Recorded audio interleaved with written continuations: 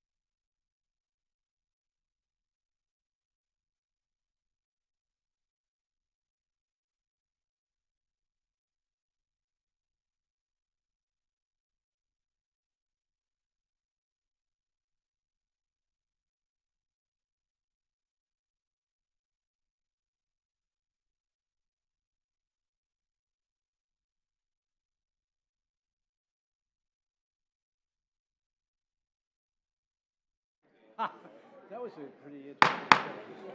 I'd like to call to order the Academic and Student Affairs Committee. First item before us is approval of the minutes. There's a motion. Is there a second? And a second. Any objections? Saying none, the minutes are approved. We have one action and two discussion items before us. Because of trying to coordinate with other committee items outside of this room, unless there's objection, I'd like to flip the order. I'd like to start with item A3, then proceed to A2, and lastly end with A1. Any objection? Seeing none, that'll be our course of action. The first item before us now is item A3, a discussion on the update on the UC Center Sacramento. Provost Brown, please lead us off. Thank you, Regent Perez, and thank you, members of the Academic and Student Affairs Committee. Let me just first say that this January, Regents, with Academic Student Affairs, the agenda is a little light. Part of that is due to January. But we have a number of things queued up for March, just to give you a heads up about. We hope, with the General Counsel's help, to have put something together in terms of an orientation to Prop 209. I think that would be helpful. And we also have some PDST approvals coming up. Depending on what happens with the negotiations with Elsevier, we should have a briefing to this body with respect to that. I think that, and Chair Kiefer and Chair Perez would agree, it's an important area of development, and we would love to make a presentation to you on that. We may hopefully have a discussion of the referral pools and how the undergraduate referral pool operates, and we want to rethink it. I think we're not prepared to make particular recommendations, but we want to definitely orient this body to it and how it works, and how maybe we can make it work better. So those are some of the things we have queued up. The specifics will unfold later, but I wanted this body to just have a sense that we do have some substantive things coming up. That said, we will present an update with respect to UC Center Sacramento with my colleague, Dr. Rich Kravitz, the director of the center, along with Thomas McMorrow, who is our chair of UC Center Sacramento's advisory board, and a recent UC Center alum, Fernando Ramirez, who is with us. And Dr. Kravitz will introduce our guests and before they prepare some prepared remarks. But why am I bringing this item to you? Many of the members of the Regents have pertinent perspectives that I want to include as I wrap up a deep assessment of UC Center Sacramento that I commissioned a little bit before I last presented this meeting, this center to you in September. And I want to be able to have these perspectives as I make recommendations to the president about the future of UC Center Sacramento. And it's a set of recommendations that the whole university community will be vetting as we go forward. But before going into details of some of the things that the deep assessment revealed to me, I want to step back and reflect a little bit. One of the great challenges, I believe, of our times, one that I believe most recognize, but maybe don't fully embrace, is the skepticism that has invaded our country about our public institutions and about our public leaders. And how does the country regain its faith in its public institutions and in its public leaders? Well, I want to share some words of President Napolitano. It's a 4-word answer that she gave to just such a question as the recipient of the Harry S. Truman Public Service Award. She said, "You fight for it." She said, "Public service is the lifeblood of our democracy." Well, through UC Center Sacramento, the University of California demonstrates that it has embraced this challenge and seeks to train our students to provide trusted public service. And through the center, faculty also provide this public service.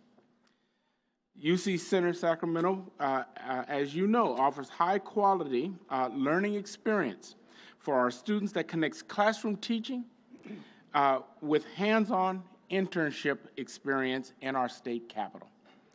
These internships provide our state government with the support of our eager, energetic, and well-educated students, and prepares our students to be the next generation of policymakers and lawmakers in Sacramento.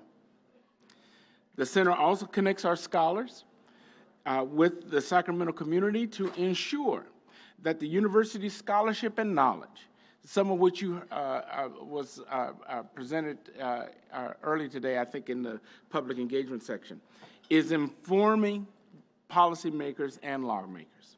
We have a responsibility as a public university, to build a bridge, a connecting bridge between our institution, the University of California, and the Capitol.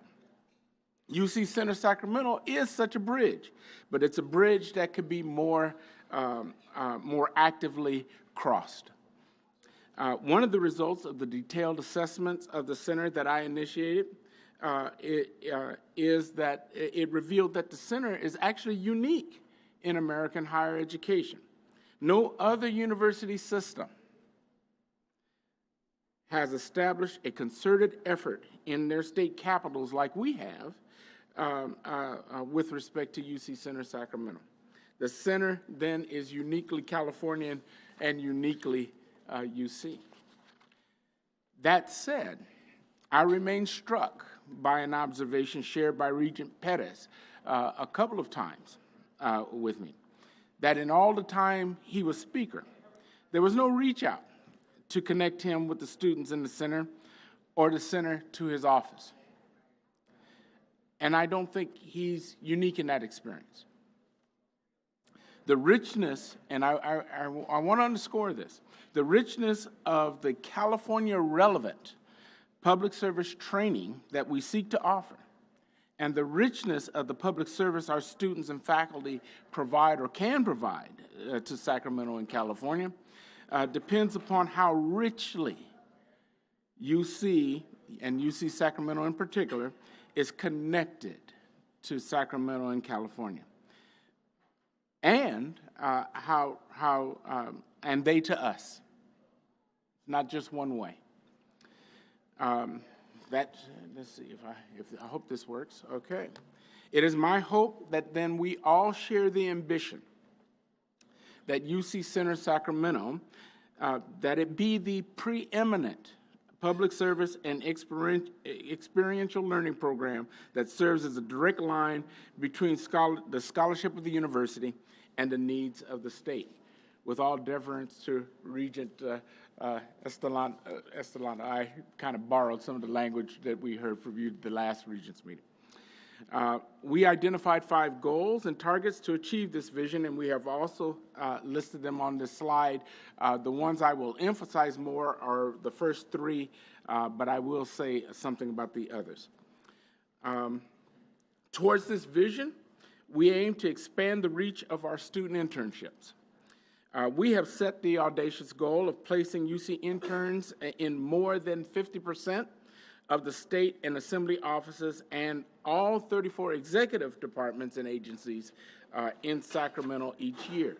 Just so you know, in the past year, we placed UC students in about 25% of the 80 assembly offices and 20% of the 40 Senate offices, and just under 40% of the executive branch offices. So we have some ways to go here.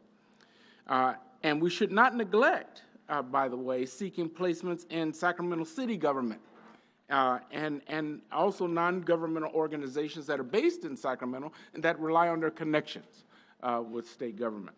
These are rich opportunities for our students and faculty to give service, rich opportunities for our students to achieve learning experiences. This will take more time, energy, and personnel resources to strengthen our collaboration and coordination with Sacramento officials.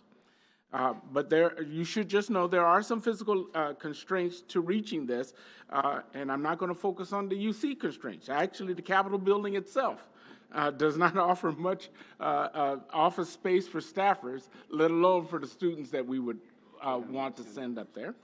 And we have heard feedback from several offices that they just don't have, it's not that they don't want the interns, they just don't have the room for them. Even for one that is unpaid. A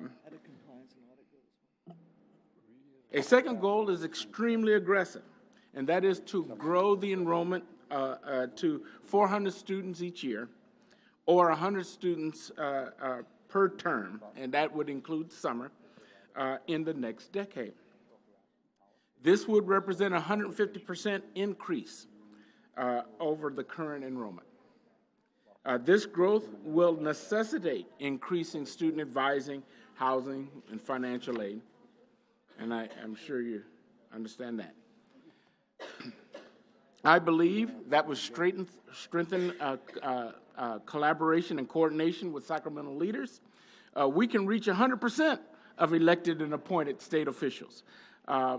We have some debate on what the real current percent is, but let's just say it is far less than that right now.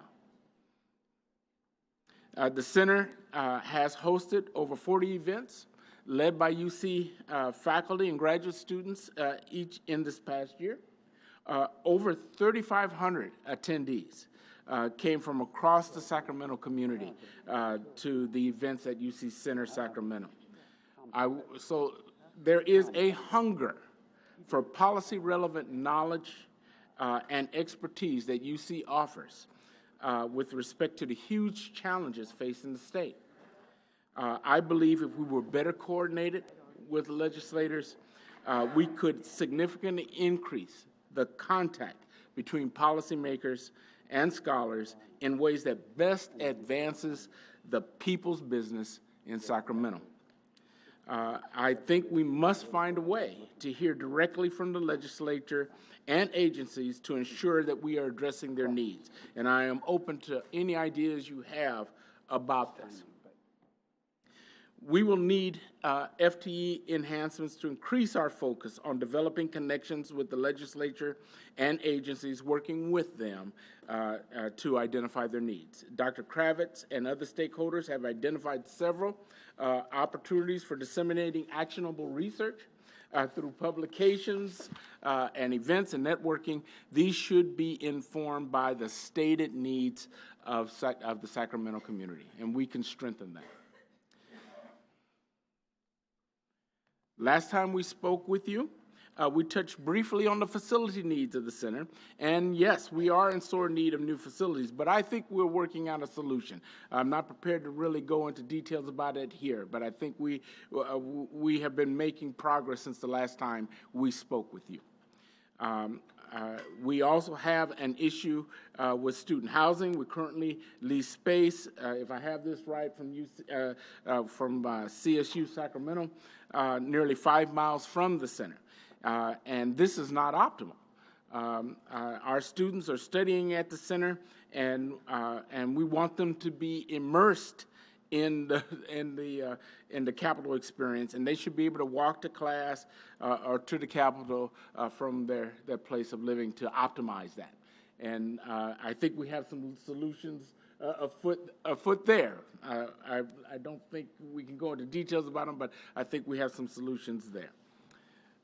At least the last I knew, we were optimistic. Okay.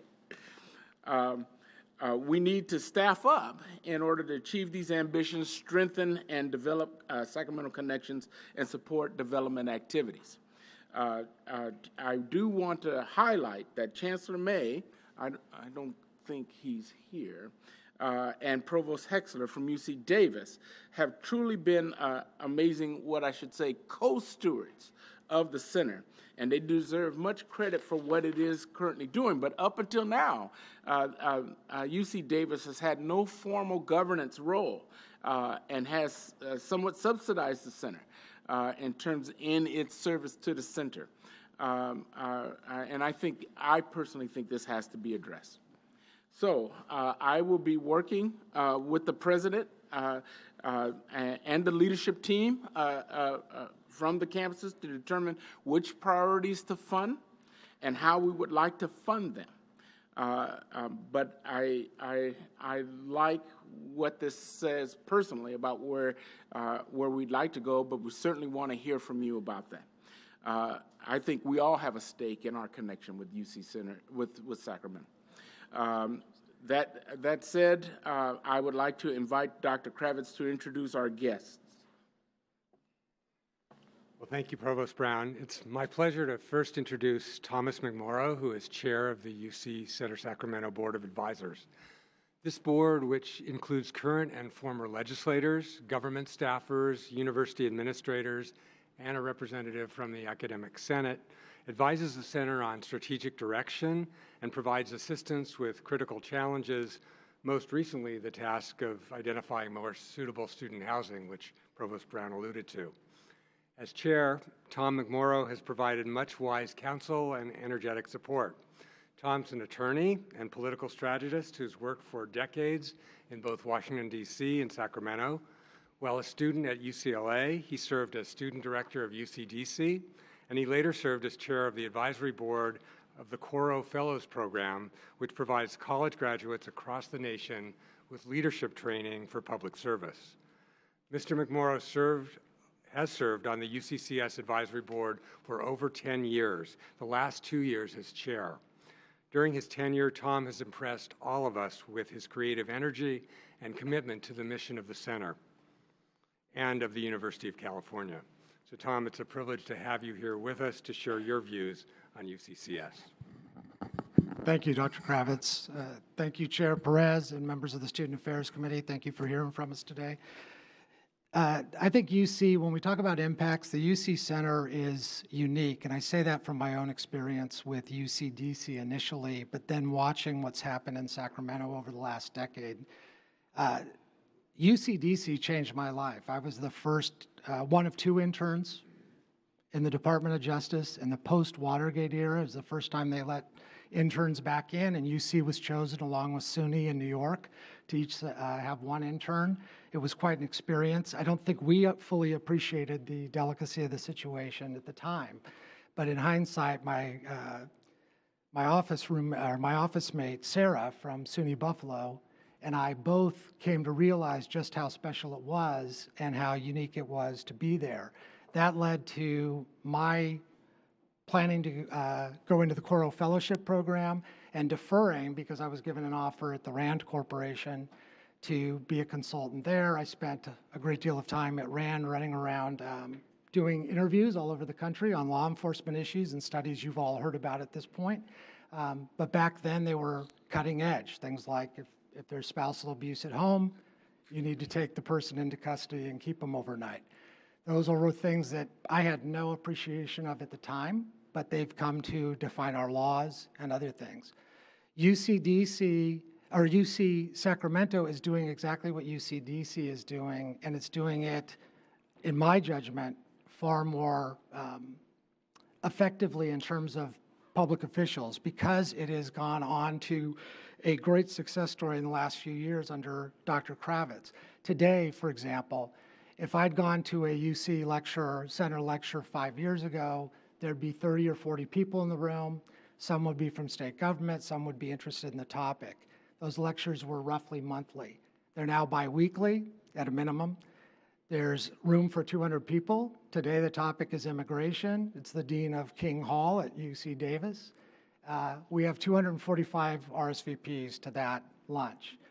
If you go into the room and look around, if you're Gareth or anybody else, I'm sorry, Gareth, too informal, but what you see is friends. You see friends from every department of the state government who has an interest in the topic. You see staffers from the Capitol. So it's not just the students who get the experiential learning, it's the staff in the Capitol and in the government seeing that UC has something to offer on policies they care about and a connectivity to those. You also then have, and Dr. Kravitz is very good about this, you have the faculty who come to teach the students, but also make themselves available to Capitol staff and policymakers to talk about their area of expertise, what they've learned, what's on the cutting edge that the Capitol may not know about yet, or something that didn't work out that the Capitol is considering. UC is making a huge impact, therefore, on the students. It's making a huge impact on the faculty and the policymakers, but there's an opportunity to do more, and that's going to take growth, as Chair Perez suggested. The outreach in the last couple of years led to a record number of interns, but at the end of the day, we need to penetrate the entire Capitol and most every office of government. And if you'd asked me 4 years ago, I would have said it's a stretch.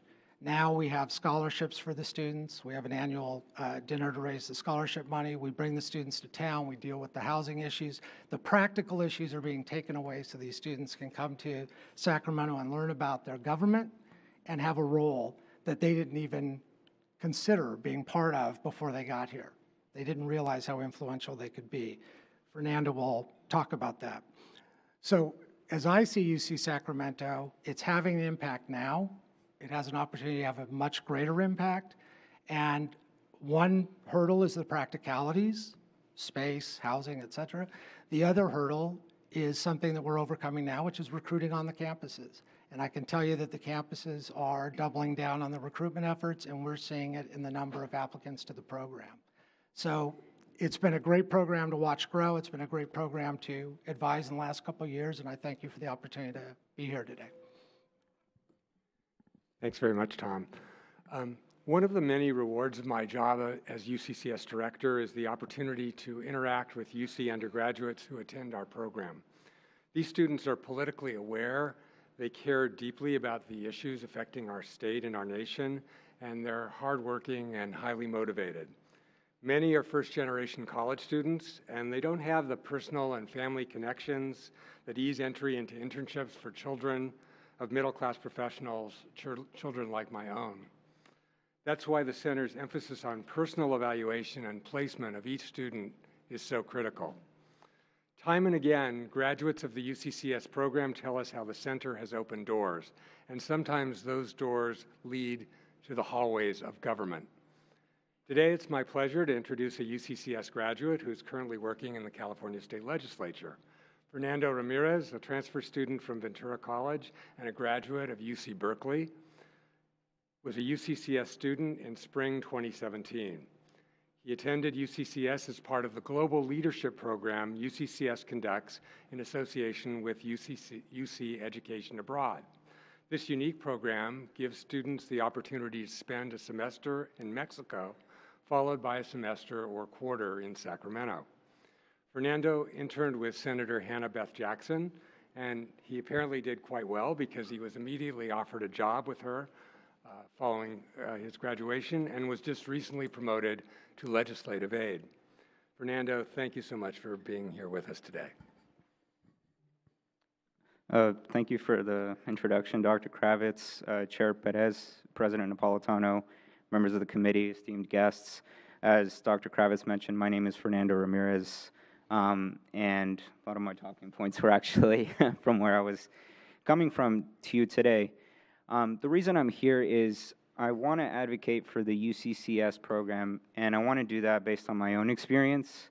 As Dr. Kravitz and Mr. McMorrow mentioned, this opportunity wasn't really made aware to me until the tail end of my career at Berkeley.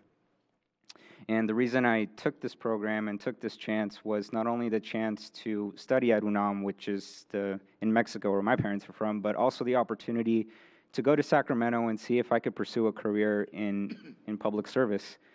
And I've been very lucky, as I mentioned, in the sense that Senator Hannah Beth Jackson represents my home district where I grew up. I grew up in Santa Paula, California, which is an agricultural little town in the pocket of Ventura County that if you blink, you miss it on the freeway. So it's been quite a ride these past 2 years, and as I mentioned, this is a very humbling experience for me. I really appreciate you taking the time to listen. And what I wanted to talk about was specifically how I feel that this program is unique in that it's focused on the internship and the academics really complement the experience. So it allows you to get that professional growth and that understanding of what it means to work in government and work in an office space, something that as much as we try, I don't think you're necessarily going to get in a classroom setting. And my day-to-day experiences beyond the internship and what I really appreciated with working with Senator Jackson and the team that I work with now is that it went beyond just typical internship responsibilities. As I started in January, I was going in at the beginning of the legislative year, was immediately given a bill and said, you're going to be part of this team. Feel free to ask questions, as many as you want, and be really immersed in the experience. And I think that's the valuable part of the UCCS Center. This year we have an intern, and if I could offer any advice, which I tend not to do because I'm a 25-year-old kid that's still trying to figure it out, I would say that's the biggest thing, is really make this experience your own, make it worth your time. Feel free to ask questions. The Sacramento, the capital is really friendly. It's a real community in the sense that they know you're new, they know you have questions, and they want to help you really immerse yourself in the culture there. And just in again, talking about the academics as well, the program, I felt that I got a good take on what it would be to be a legislative aide now, really have an expert analysis of a certain policy area. In my case, it was healthcare and human services, and still is with Senator Jackson. And I was looking at cross-analysis of the Medi-Cal coverage that expanded in California under the Affordable Care Act, and how that was going to be threatened with the proposed legislation being administered by the current administration.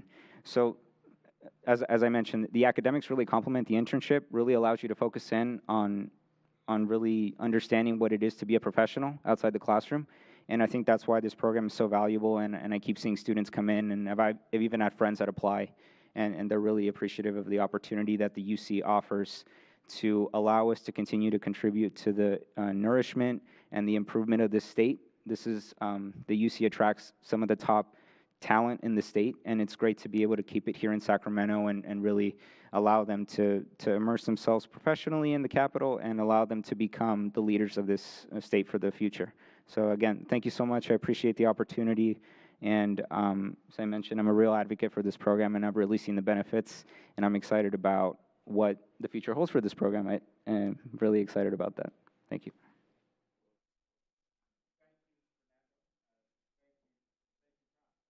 Your microphone, Provost. I thank you all for your mind and your hearts on this. The sentiments that they have expressed, I have heard from many members that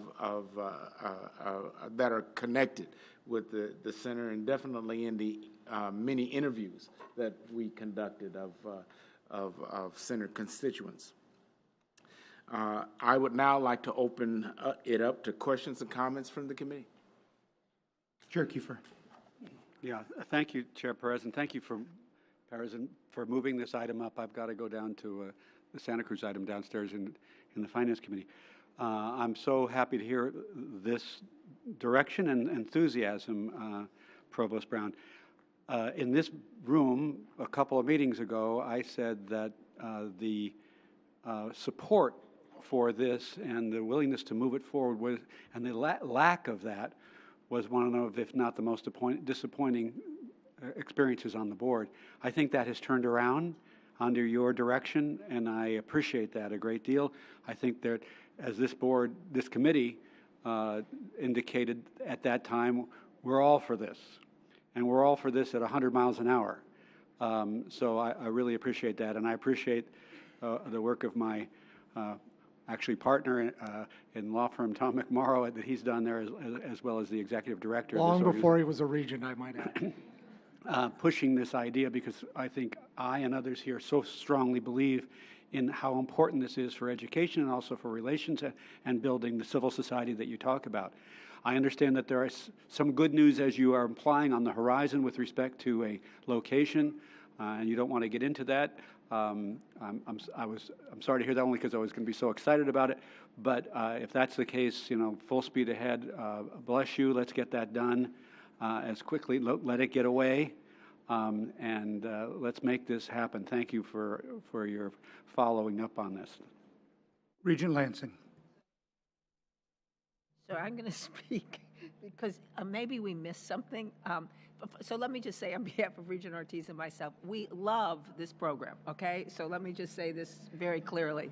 And we've always been supportive of it, and we think it's fantastic. But I thought, and maybe we missed this, so, that we were going to hear a concrete plan about how to move this forward. And I know that one of the biggest problems is housing.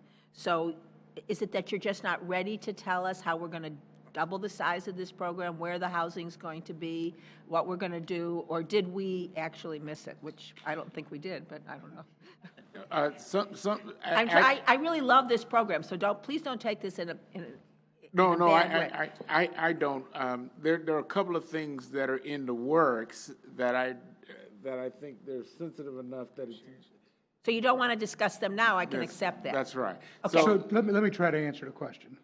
In advertising, repetition matters. This is a repeated. Okay. This All right, so repeated, I just wanted to add be sure. for the value of the Because program. Regent Ortiz and I are sitting here going, we love this program. It's one of our favorite programs. We want to see it grow, and we thought we were going to hear how it was going to grow today. But it's okay. You're not ready.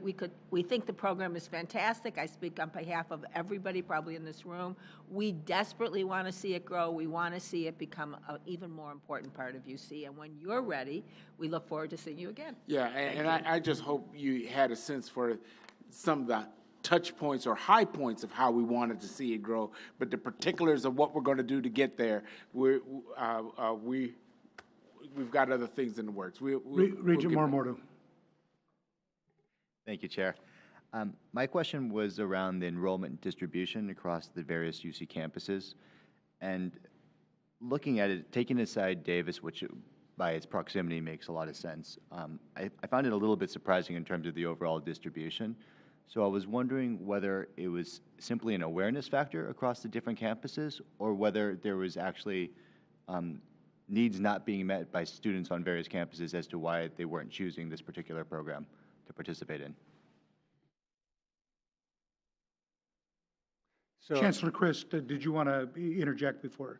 Yeah, I can explain the low percentage for Berkeley. It's because we're on semesters and the program is on quarters. And we also have a summer program that's very popular called Cal in the Capital. And students who are so motivated usually do Cal in the Capital.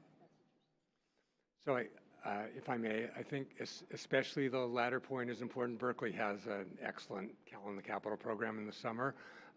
We've addressed most of the issues that affect semester students, and that we're seeing an increasing number of representatives from UC Merced. Some of the campuses have much more dynamic and active UCCS representation on the campus than others. We have outreach to all 9 undergraduate campuses. I think there's a deep pool of potential interest, and you're right to note that we've tapped that pool more effectively on some campuses than at others. But our goal is to see diffuse and diverse representation of all the campuses. So there is growth, there is diversification growth, but there's further to go. And we'd certainly appreciate any suggestions or help that any of the regions could offer in making that a reality. Regent Estolano. Very briefly, so I took away that you need $1.5 million to grow on your plan, which is not that much, so hopefully we'll be able to find some pocket change. And then good luck signing whatever transactions you're working on right now, but great job. Thank you. So, Fernando, a couple of questions? Yes, So, so you get placed in Senator Jackson's office. Correct. You're there in January, you get assigned a bill.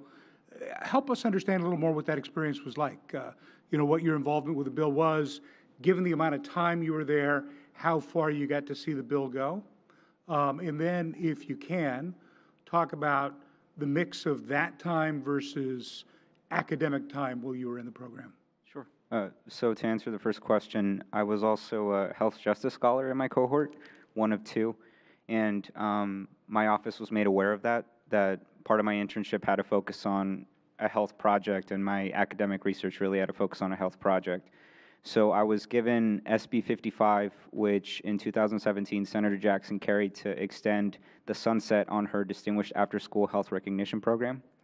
And it was a bill to really allow me to learn the legislative experience, being able to prepare her for committee, prepare her for the floor for vote, and then eventually making its way over to the assembly.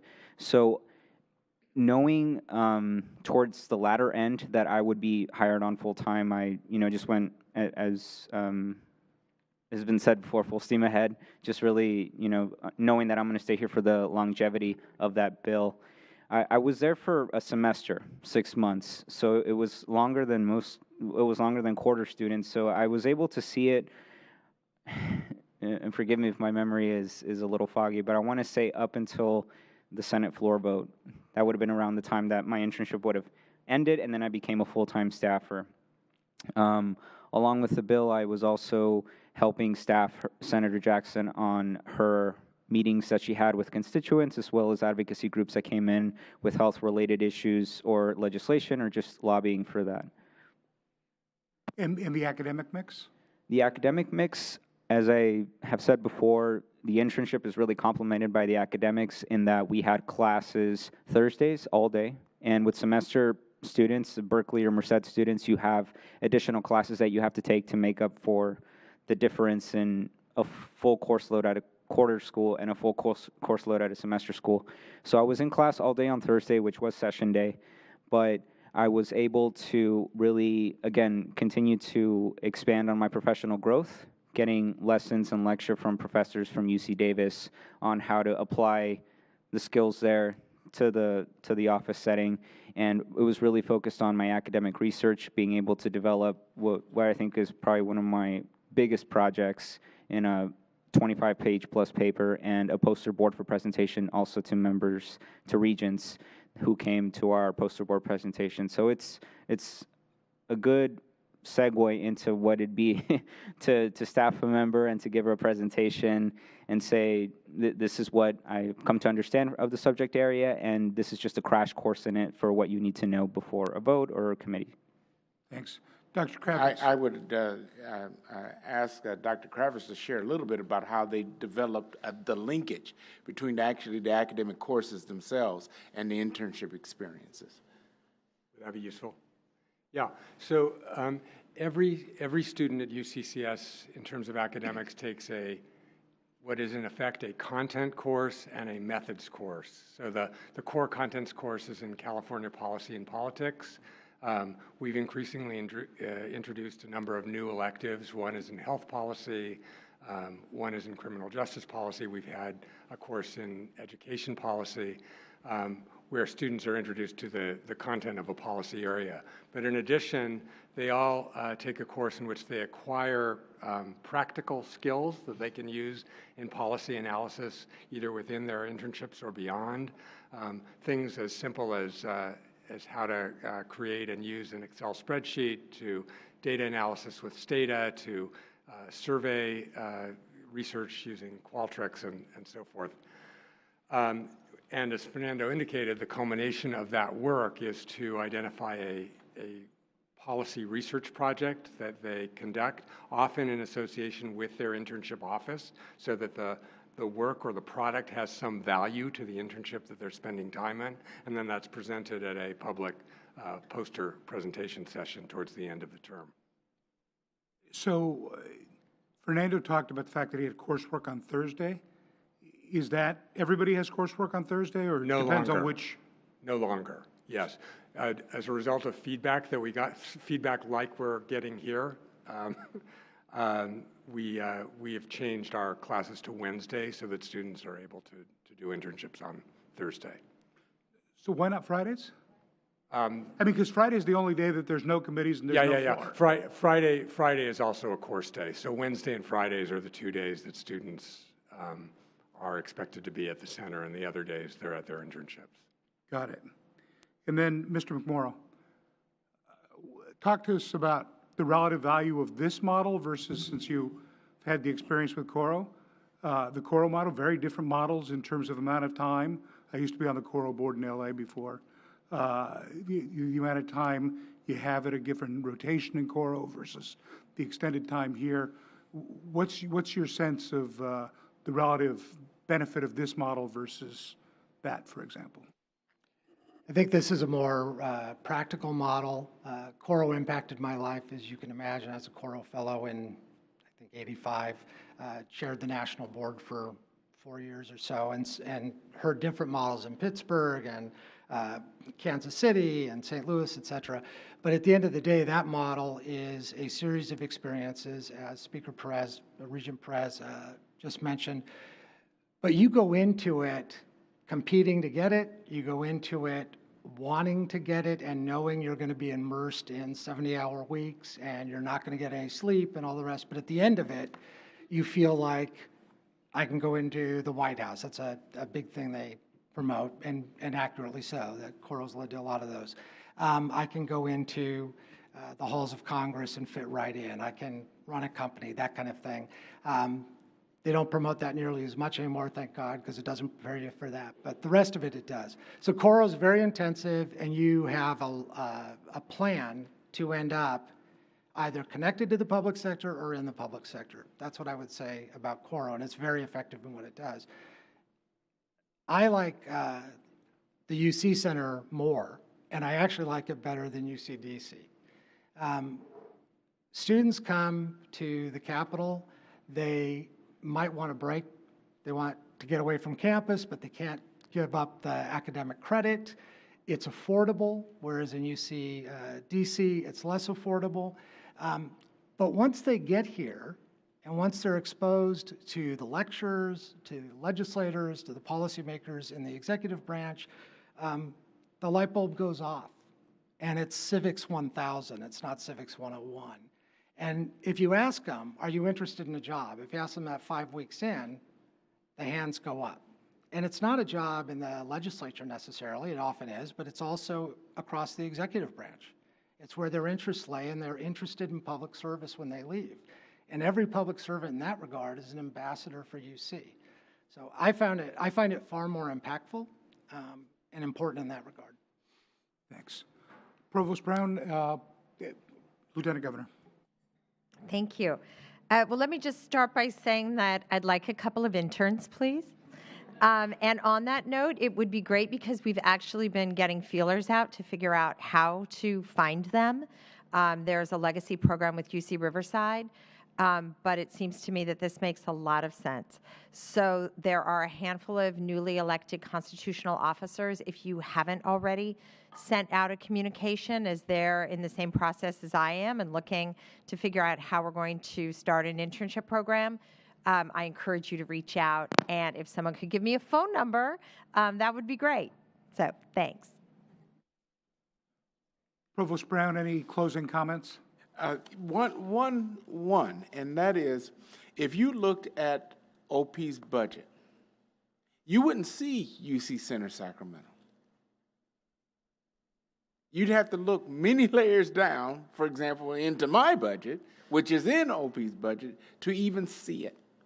And so I just will say that when the OP's budget is constrained, these are the kind of things that get also constrained as well.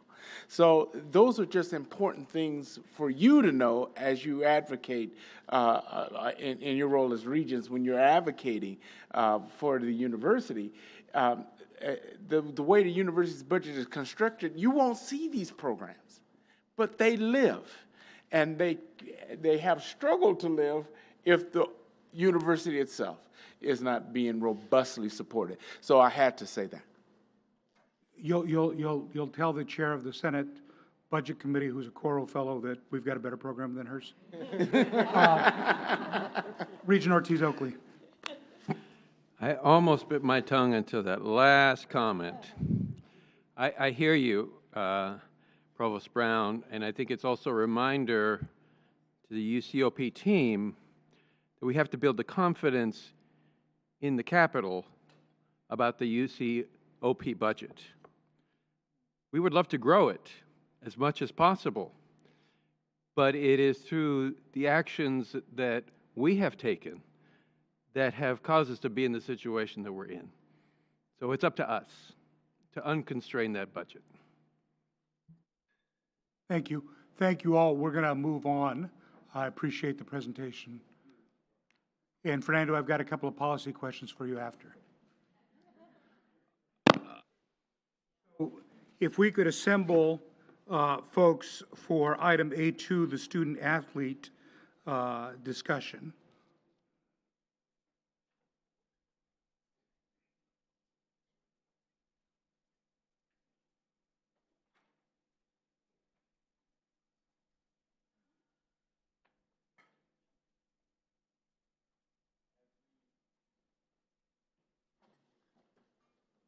As we go off stage and go on stage. Good afternoon again. I want to thank all of you for your continuing interest in the student experience and in UC student experiences. Today we are focusing on athletes, a very diversely talented and outstanding cohort of students across all of our campuses and more than 25 intercollegiate sports. This item has been prepared at the request of Regent Graves and really took form based on a meeting at UC Irvine between Regent Graves, Regent Lansing, and student Regent designate Haley Waddell, and UC Irvine student athlete Evan Singletary.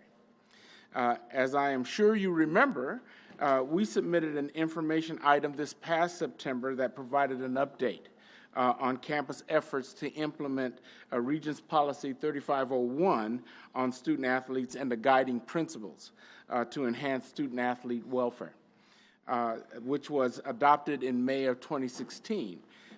While that item focused on the ways our campuses support academic success and overall well-being of student athletes, this item features firsthand experiences of 3 student athletes. Haley Ritterschoffer, who plays soccer at UC Davis, Evan Singletary from UC Irvine, who runs track, and Chelsea Hsu, a gymnast from UC Berkeley. In addition to our 3 students, we will also hear from UCLA Senior Associate Athletic Director, Dr. Christina Rivera, who will talk about UC student athletes more generally, including the services programs and success-building strategies our campuses provide. And with that, I will turn things over to Associate Vice President and Deputy in Student Affairs, Jerlina Griffin-Desta. Thank you, Provost Brown. As noted, UC Intercollegiate Sports offers many different options, actually, for student athletes. As this slide illustrates, most of our campuses belong to NCAA Division I, which not only reflects the highest levels of intercollegiate competition, but also provides the largest number of scholarships for student athletes. However, even campuses that are not Division I or that are not governed by the NCAA, they still adhere to Regents Policy 3501 and its guiding principles whenever possible. You'll see in this slide that UC provides student athletes with the opportunity to play everything from basketball and beach volleyball to lacrosse and water polo. And while teams are not co-ed, many sports are represented by male and female athletes. Note the number of women's sports as compared to the number of men's, however. Now let's turn to graduation rates, which especially for Division I sports are remarkably high. And while women graduate at higher rates than men, we need to remember that this is an overall percentage for each division, inclusive of all sports and athletes. Can I just interrupt on that slide? Let's go back to the gender breakdown on the graduation, right there. So these are significant gender differences, and I'm wondering if, and maybe you can answer this later in the presentation, but I want to raise this now because it's here. How much of it is because of our failure of helping our student athletes continue on and graduate? And what percentage, if any, is it because people leave before graduation to play in professional sports, right? So I think perhaps Dr. Rivera might be able to speak to that during her presentation. Perfect. But thank you for tagging that. Yeah. Let's see, where was I? Oh. So as you can see from this table, UC has an impressive number of scholar athletes, reflecting in part the strong focus of our campuses on both academic and athletic development for student athletes. So our campuses also feature a wide variety of programs and services to promote the academic success and the overall well-being of student athletes, including physical and mental health care, career development, priority registration, and nutrition. And so with that, I am happy actually to introduce Dr. Christina Rivera, who is UCLA's Senior Associate Athletic Director. She is actually a nationally recognized expert in the provision of student-athlete academic services, who most recently worked with the NCAA on facilitating change in measurables that significantly enhance the tracking of UC student-athlete success at quarter schools. Christina will speak to the role of athletic administrators in supporting student athletes and the core principles her colleagues share across the UC system. Christina. Thank you very much, Associate Vice President Griffin-Desta. Again, my name is Christina Rivera, and while I'm here as a member of the UCLA Department of Intercollegiate Athletics, I'm grateful for the opportunity to speak to you today as an educator who has been serving student athletes for close to 2 decades. The beauty of the University of California system is its diverse and rich structure that affords a variety of students an opportunity to pursue higher education. It also includes a variety of athletic structures that provide student athletes the chance to continue their sport while earning a degree. But despite our campus differences, academic administrators like myself, who dedicate their professional lives to the student-athlete academic experience, share a set of core principles that guide how we meet our responsibilities to our student-athletes and to our institutions. To start, academic administrators must always attempt to fulfill the mission of the institution they serve and reflect its values and standards. They must encourage student-athletes to take advantage and be a part of the total life of the institution. Academic administrators shall also continually direct students towards self-reliance, self-discipline, and responsibility for their own lives, and shall discourage dependence on others to make decisions for them.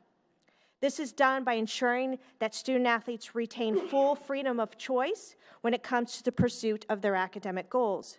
Administrators can exercise professional judgment and experience to suggest alternatives and strategies, but in the end, student-athletes must be empowered to set forth a path that addresses their individual interests, goals, and ambitions.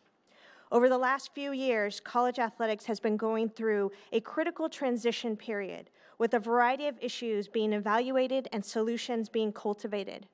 As we continue to move forward, academic administrators like myself must continue to adopt policies and procedures to ensure success for student-athletes while enrolled and after graduation. I know at UCLA we are eager to participate in the formulation of new models of success without sacrificing the fundamental tenets of integrity, inclusion, opportunity, and education. And I'm confident my fellow UC colleagues will be alongside us as we continue to pursue broad-based excellence in academics and athletics. Chair Perez, I can only speak in regards to UCLA in regards to the graduation rate disparity. And I can tell you that male student-athletes have more opportunities to pursue professional sports as a career. Yeah. As you know, we have a very historic and prestigious men's basketball program that we often have student-athletes leave. But one of the things that I can tell you just at UCLA is we have a program called the Bruin Varsity Club Degree Completion Program. It allows all of our student-athletes, whether they depart for professional aspirations or other issues, to come back to UCLA to complete their degree. And if they received scholarship during their time, they are afforded that opportunity when they return. This is not only a UCLA commitment, but the Pac-12 conference, which UCLA and our friends at Berkeley are mandated to actually provide. We provided it before the conference mandated it, but it's a huge component of what we do. Can I just as a follow-up request, because I really appreciate that, and I appreciate that the commitment preceded the requirement. But just as an ongoing tracking issue, it would be helpful to look at the distinction between people who self-selected to depart to pursue professional athletics versus folks who didn't graduate for other reasons, because it helps us figure out what tools we need to realign, right? So maybe on a going forward basis, we can try to capture that. We're actually mandated through the NCAA when we submit our graduation success rate to actually indicate reason for departure. So gathering that data point would not be difficult. Great. Thank you. Thank you. So we'll now hear from some of our students, beginning with Haley Rittershofer. So Haley is a member of the women's soccer team at Davis and a biomedical engineering major. Off the field, she has been in the UC Davis Fascioto lab for 2 years, working on synthetic constructs for optogenetic research. That sounds really difficult. Her growth off the field has paralleled her growth and impact on the field over the past few years. And in addition to starting as a striker on her team, Haley is one of Davis's first openly gay student athletes, founding the Athlete Ally chapter and building a great working relationship with the LGBTQ Center on campus. Haley?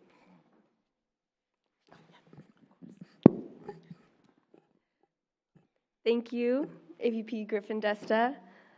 Hello, everyone. My name is Haley Rittershofer. My pronouns are she, her, hers, and I identify as queer. I'm grateful to be before the board today with the opportunity to share my experience as a student athlete on a UC campus. Soccer has been my passion since I was 4 years old. As I grew older and played at the highest competitive levels, I learned that teams were comprised of athletes with vast intersections and identities. When I first came to UC Davis in 2015, I was still learning to navigate my own identity, and I feared that I would be ostracized by my team for my sexuality. I sought out assurance and acceptance for who I was, but I found neither. There were no clear indications of LGBTQ inclusion on my team nor in the sports community at Davis.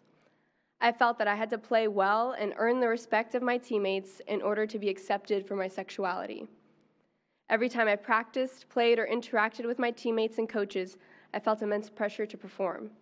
I picked apart every interaction, every touch on the ball, every play. Soccer, my passion, my outlet, became one of the largest sources of stress and unhappiness in my life. I lacked confidence, I played out of fear, and played nowhere close to my potential. In my second year at Davis, I witnessed and experienced homophobia and bullying firsthand by a team captain who called myself and opponents homophobic slurs. Nobody on my team commented. I didn't know who to turn to, and I wasn't comfortable being myself, and my anxiety grew. I didn't have the knowledge nor the network to navigate my unhappiness. I felt alone. I knew I couldn't be the only one feeling this way. This thought, combined with a lack of discussion around LGBTQ identity in sport, is why I jumped on the opportunity to become the student-athlete liaison for the LGBTQ Center, and why I founded Davis Athlete Ally 1 year ago with the help of other passionate student-athletes and outcomes advisors. I want no other student-athlete to feel lost, afraid, or uncertain of whether they belong on a UC sports team because of their identity. In its first year, Davis Athlete Ally has helped to host a Pride-themed basketball game, introduced LGBTQ allyship basics to its 20 members, and raised over $500 for Davis Pride. This academic year, Davis Athlete Ally became a student-athlete resource group financially supported by UC Davis Athletics to effectively bring education, resources, and inclusion to the athletic community and beyond. I am thankful for the athletic outcomes advisors, dietitians, sports psychologists, coaches, and our athletic director, Dr. Blue, for helping to create a space for and support Davis Athlete Ally and UC Davis Athletics. And I'm thankful for this opportunity to share my story with you today. After examining the board's student-athlete guidelines and UC LGBTQ policies, I have a few considerations and suggestions. 1, to add LGBTQ athlete education and support to guiding principle, 10. Number 2, to continue to support and encourage systems that allow student-athletes to explore identity outside sports and academics, such as UC Davis's student-athlete resource groups and the EVO system, which is short for student-athlete evolution in the workplace. Number 3, I recommend that the UC campuses, I recommend that the regents recommend that the UC campuses adopt a visible public policy concurrent with the NCAA guidelines to allow transgender and non-binary athletes to compete. Additionally, I've submitted some resources that I believe are circulating that can address some frequently asked questions and allow the regents and campuses to properly employ these policies. Thank you for your time. Thank you for sharing your story and for the recommendations. I am pleased now to introduce UC Irvine student-athlete Evan Singletary. Evan is a member of the 4x100 relay that claimed runner-up honors at the Big West Championships, with Evan scoring at the conference meet with a 5th-place finish in the 100-meter. He ran a season-best 10.61 in the prelims, putting him at number 6. Evan also helped the 4x100 relay squad to victories at the Mondo Team Challenge and the Steve Scott Invitational. Evan? Thank you for that introduction, and Haley, thank you for sharing your story. Hello, UC Regents. My name is Evan Singletary, and I'm currently a sprinter on UC Irvine's men's track and field team, double majoring in education and social policy. First, I want to say thank you for taking the time to have this important conversation and hear our perspective on the student-athlete experience. I played many sports growing up, but I honed in on track and field during my first year of high school when I began to understand the role athletics plays in my life. In regards to my experience as a student-athlete, I believe that I'm receiving a world-class experience at UC Irvine because of my involvements in athletics. I have been able to grow professionally, mentally, and personally because of this opportunity. However, this opportunity was almost taken away from me after my freshman year of college. I tore my hamstring in the same spot once my junior year and once my senior year of high school. That injury, which sidelined me for 2 years, made me not eligible to receive an athletic scholarship when I got to UCI. To make ends meet, I had to work 3 jobs while focusing on getting healthy and still completing my academic work. After my first year, the idea of being a student athlete started to look out of reach because trying to balance all that proved to be negative toward my own health and well-being. Because my head coach believed in me as an athlete, I was fortunate enough to get healthy and earn an athletic scholarship after my second year of college, continue to do athletics, and I've been truly blessed ever since. Because of my athletic scholarship, I was able to continue being a student athlete and have been able to make numerous connections through athletics with people who are willing to mentor me and helping me get to where I want to be professionally, which happens to be a referee in the NBA. One of my officiating mentors is a UC Irvine alum, while I was able to connect with my second mentor, who is currently an NBA referee, through my academic sports supervisor, who works within the athletic department. I feel that without the scholarship, I would have been missing out on this world-class experience and the chance to make the connections with these people who are in my field. The fact of missing out on this experience is the unfortunate reality of many of my teammates and former teammates' lives. Many of those in my current class are still working 2 or 3 jobs to make ends meet while trying to also be in school. They're still competing in athletics because they understand the benefit of it. But again, I was fortunate enough to receive some athletic aid that took away the burden of 2 out of the 3 jobs I was working. However, through my own experience and watching some of my teammates struggle, I learned that this opportunity isn't accessible for everyone because the amount of athletic aid available is not representative to the world-class experience I'm receiving. I hope that in the near future, this conversation on the availability of aid can continue at this level with more student-athlete input. I really appreciate this opportunity to share my experience. Thank you for your time. Thank you, Evan. And finally, we will hear from Chelsea Chu. Chelsea trained at All Olympia Gymnastics Center, where she was coached by Galina Marinova and Arthur Akopayan. Her All Olympia squad is the 2015 Level 10 state champion, 3rd on beam at the 2015 state championships. She won 3rd all around at the 2014 regional championships, and won state champion on beam in 2013 and 2014, and all around and floor runner-up at state in 2014 and 3rd on vault. And on a personal note, she will want you to know that she enjoys cooking and baking and has cooked her entire family's Thanksgiving dinner every year by herself. Chelsea. Thank you for that introduction. Good afternoon. I am extremely honored to come before this board as a representative of current student athletes attending UC campuses. It is a privilege to share my student athlete experience with you today. I grew up in Manhattan Beach, California, and at the age of 5, I found my passion for gymnastics. From ages 9 through 17, I left school at noon to go to practice from 12:30 to 8 p.m. During my sophomore year of high school, I started looking at many different universities, but I chose UC Berkeley for the academics, the up-and-coming gymnastics program, and the opportunity to be a part of something bigger than myself. While gymnastics taught me values such as commitment and perseverance, and skills like time management, I felt sheltered when I first came to Cal. Since gymnastics was so prevalent in my life, school and gymnastics were all that I knew. As I started to adjust to life on my own at college, I felt shy and reserved, and I found it difficult to express myself. I did not know who I was as a person outside of gymnastics. Luckily, Cal was a perfect place for me to find my identity. Through my classes, I met other students, each with different majors, interests, and points of view. Through our uniquely diverse athletic community, I met student athletes from all over the world.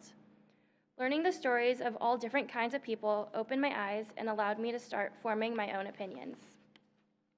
Additionally, I have great access to my athletic trainer, weights coach, nutritionists, doctors, sports psychologists, and gymnastics coaches, all of whom have supported me and given me a sense of security. My coaches created a warm, encouraging environment inside the gym where they empower and inspire my teammates to pursue our dreams. They constantly push us to join activities outside of gymnastics and to get involved in the community. While they want us to succeed in school and gymnastics, they care about our growth process and emphasize the importance of our character. All of this has helped boost my confidence in who I am as a person, and it has helped me to find my identity. Since my time at Cal has been full of great opportunities, my hope is that future student athletes have access to the same opportunities that I did. I hope after hearing me today, you'll have a greater understanding of the importance in supporting students like me as they transition from being a student athlete to the professional working world. At Cal, we have support for professional development. However, the ratio for student athletes to advisor is disproportionate. Having more networking events where student athletes do not have to have a lot of experience to bring to the table, or perhaps having more days where student athletes could shadow a professional could be useful. Overall, I have grown tremendously as a person, and I do not think that would have happened if I had not been a part of athletics at UC Berkeley. I am so grateful for my coaches, mentors, teammates, and anyone else who has been a part of my journey at Cal. But most importantly, I am so grateful for the opportunity to play my sport, to represent my university, and to speak before you today and share my experience. Thank you. Thank you, Chelsea. We'll turn it back over to Provost Brown. And we're available for your questions and comments. Devon. Thank you, Regent Perez, and thank you for our presenters. I just cannot thank you enough. Thank you to Provost Brown and your team for making this happen. To our presenters, thank you for sharing your story. Evan, I remember when you and I met at Irvine, as was mentioned, and you came up to me and said, "What do the regents know about student athletes?" And I said, "I have no idea I have no idea," but I was like, we can make this happen and make sure that we learn something, because I think it's important for us to hear directly from folks who are going through this experience, because you all are the face of the university in a certain aspect. As athletes, you're expected to perform not only on the field or the mat, but also in the classroom and representing the university. So I truly appreciate that. In regards to the recommendations that our student athletes have given to us, I hope, Provost Brown, that you can direct your team, or if the athletic directors on the campuses get together, something that this can be shared with them. I really want there to be some type of follow-up, that these recommendations are put forth and that there is some type of discussion, because I don't want that to fall off. And I just can't thank you all enough. I mean, this is just amazing presentation, and just almost, I'm speechless at this. I mean, I'm just really I'm happy that we got this on the agenda. And so thank you, Regent Perez, for agreeing to this. Thanks, Regent Graves. Regent Butler.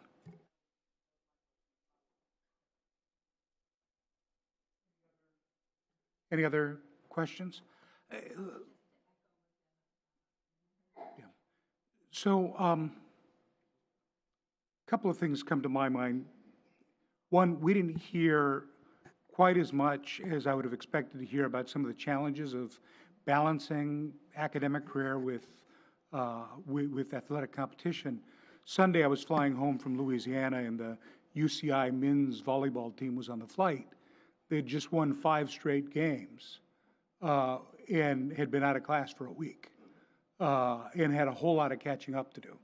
And I looked at their schedule for the next couple of weeks, and it's a pretty daunting challenge to line up just the competition, forget all the practice and everything else with academic exercise. So, I think that's something we need to continue to remind ourselves in terms of that balance. But this morning, as I was getting prepared to come to this meeting, I listened to a really stark interview about a UCLA gymnast, Caitlin Ohashi, who just scored perfect tens. And, yeah, amazing routine. But what was stark to me in the interview was the conversation with her coach, Coach Val, who said that when Caitlin came to UCLA, she was still willing to compete, but she had lost any passion for the competition. It was this desire to succeed, but not really getting any joy out of the exercise anymore, out of the experience. And I was really blown away by the interview with the coach about the coach prioritizing for her the need to get enjoyment out of the competition, and that it couldn't just be competition for competition's sake, but going back and finding love and passion for the sport. And that's that was really stark, that somebody could be as incredibly effective, top-notch, global-level competitor, going through and putting themselves through all the challenges and doing it without being able to get any joy. And so I think we have an obligation, yes, to help our student athletes succeed academically, but make sure that we don't have them engaging in a joyless experience as they're working their way through our campuses, which is why, Haley, I was really appreciating some of your recommendations in particular. And want to thank you for what you've done on campus as well. And so I look forward to hearing from all the recommendations that the students have brought to us, and hope that we take very serious consideration for what they ask us to think about. So, anybody else before we move on? Yes, Faculty Representative May. Thank you, Regent Perez. Just from the faculty perspective, in my own personal experiences, you know, I've had quite a number of student athletes in my classes over the years, and you know, all of them, I think the experience has always been the same. They come, they tell you that, you know, they have practices, they have competitions, and you accommodate. I've never had an issue of a student athlete being irresponsible about their academic work. Maybe I'm lucky, but I don't think I am. I think it's pretty common. You know, that's, I think, part of being at UC. We're not just a, you know, I mean, obviously UCLA, Cal, they're great at sports, but I don't think, I mean, part of the reputation, I think, for all of our athletes is that you're going to do well academically here as well. And I do expect, you know, I think the faculty do go the extra mile for the student athletes to accommodate, to make sure they have the opportunity. I don't know what your, you know, you've been in the classes, but I can only say personally, I've always tried to accommodate the student athletes.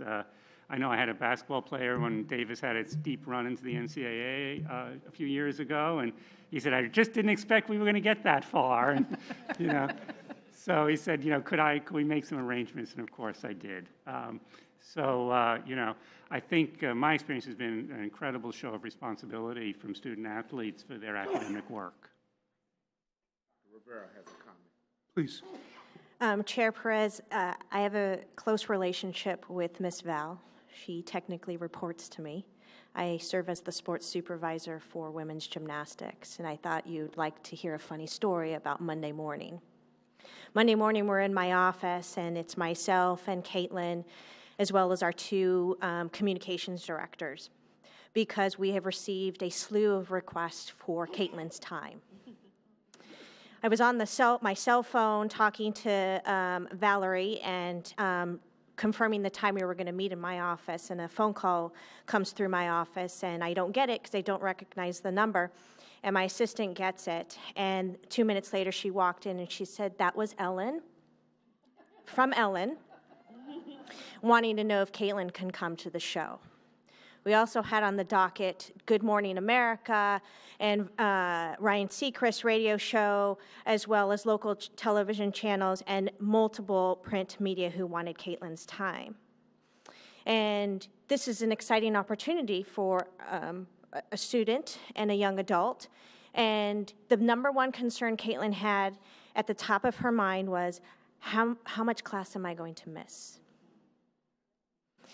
And she was having to decide whether or not she was going to fly out to Good Morning America. She actually is flying today with Valerie. They will be on the show tomorrow morning.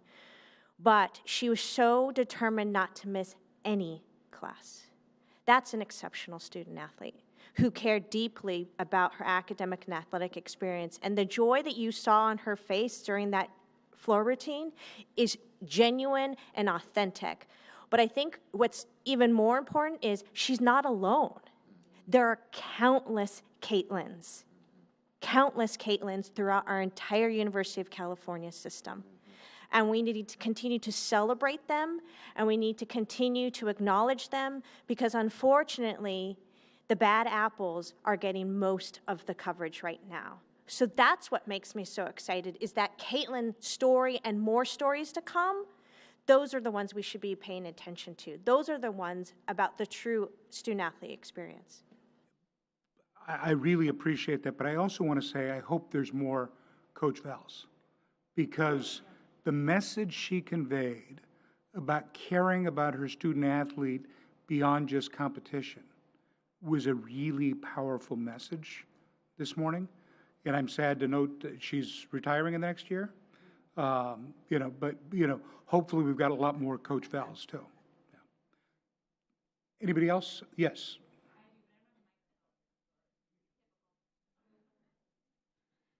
I just can't pass up the opportunity to talk about how impactful the student recommendations were and how appreciative I am of you taking the time, probably to miss class, to be here. I want to urge the committee not just to continue inviting students to this space, but to specifically solicit recommendations about how we can better support students' success and well-being, because I was really moved by the suggestions that you came up with. I also found them to be really innovative. So I'm hopeful that we can follow up on those, but also continue the trend on this committee.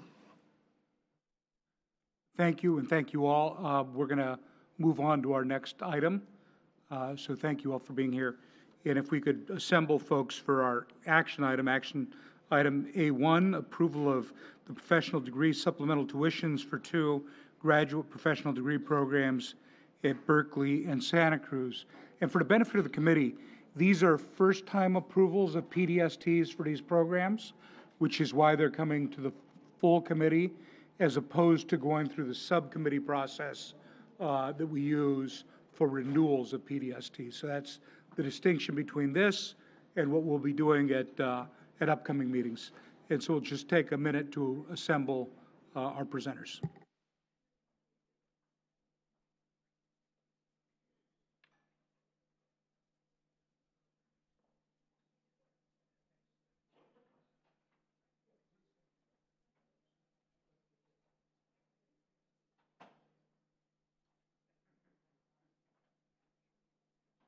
We also have with us today our student observer, Jazz Kang. And I want to ask Jazz to come up to the presentation table, because before, Provost Brown, before we have the specific presentations, I want to give Jazz the opportunity to comment on this item.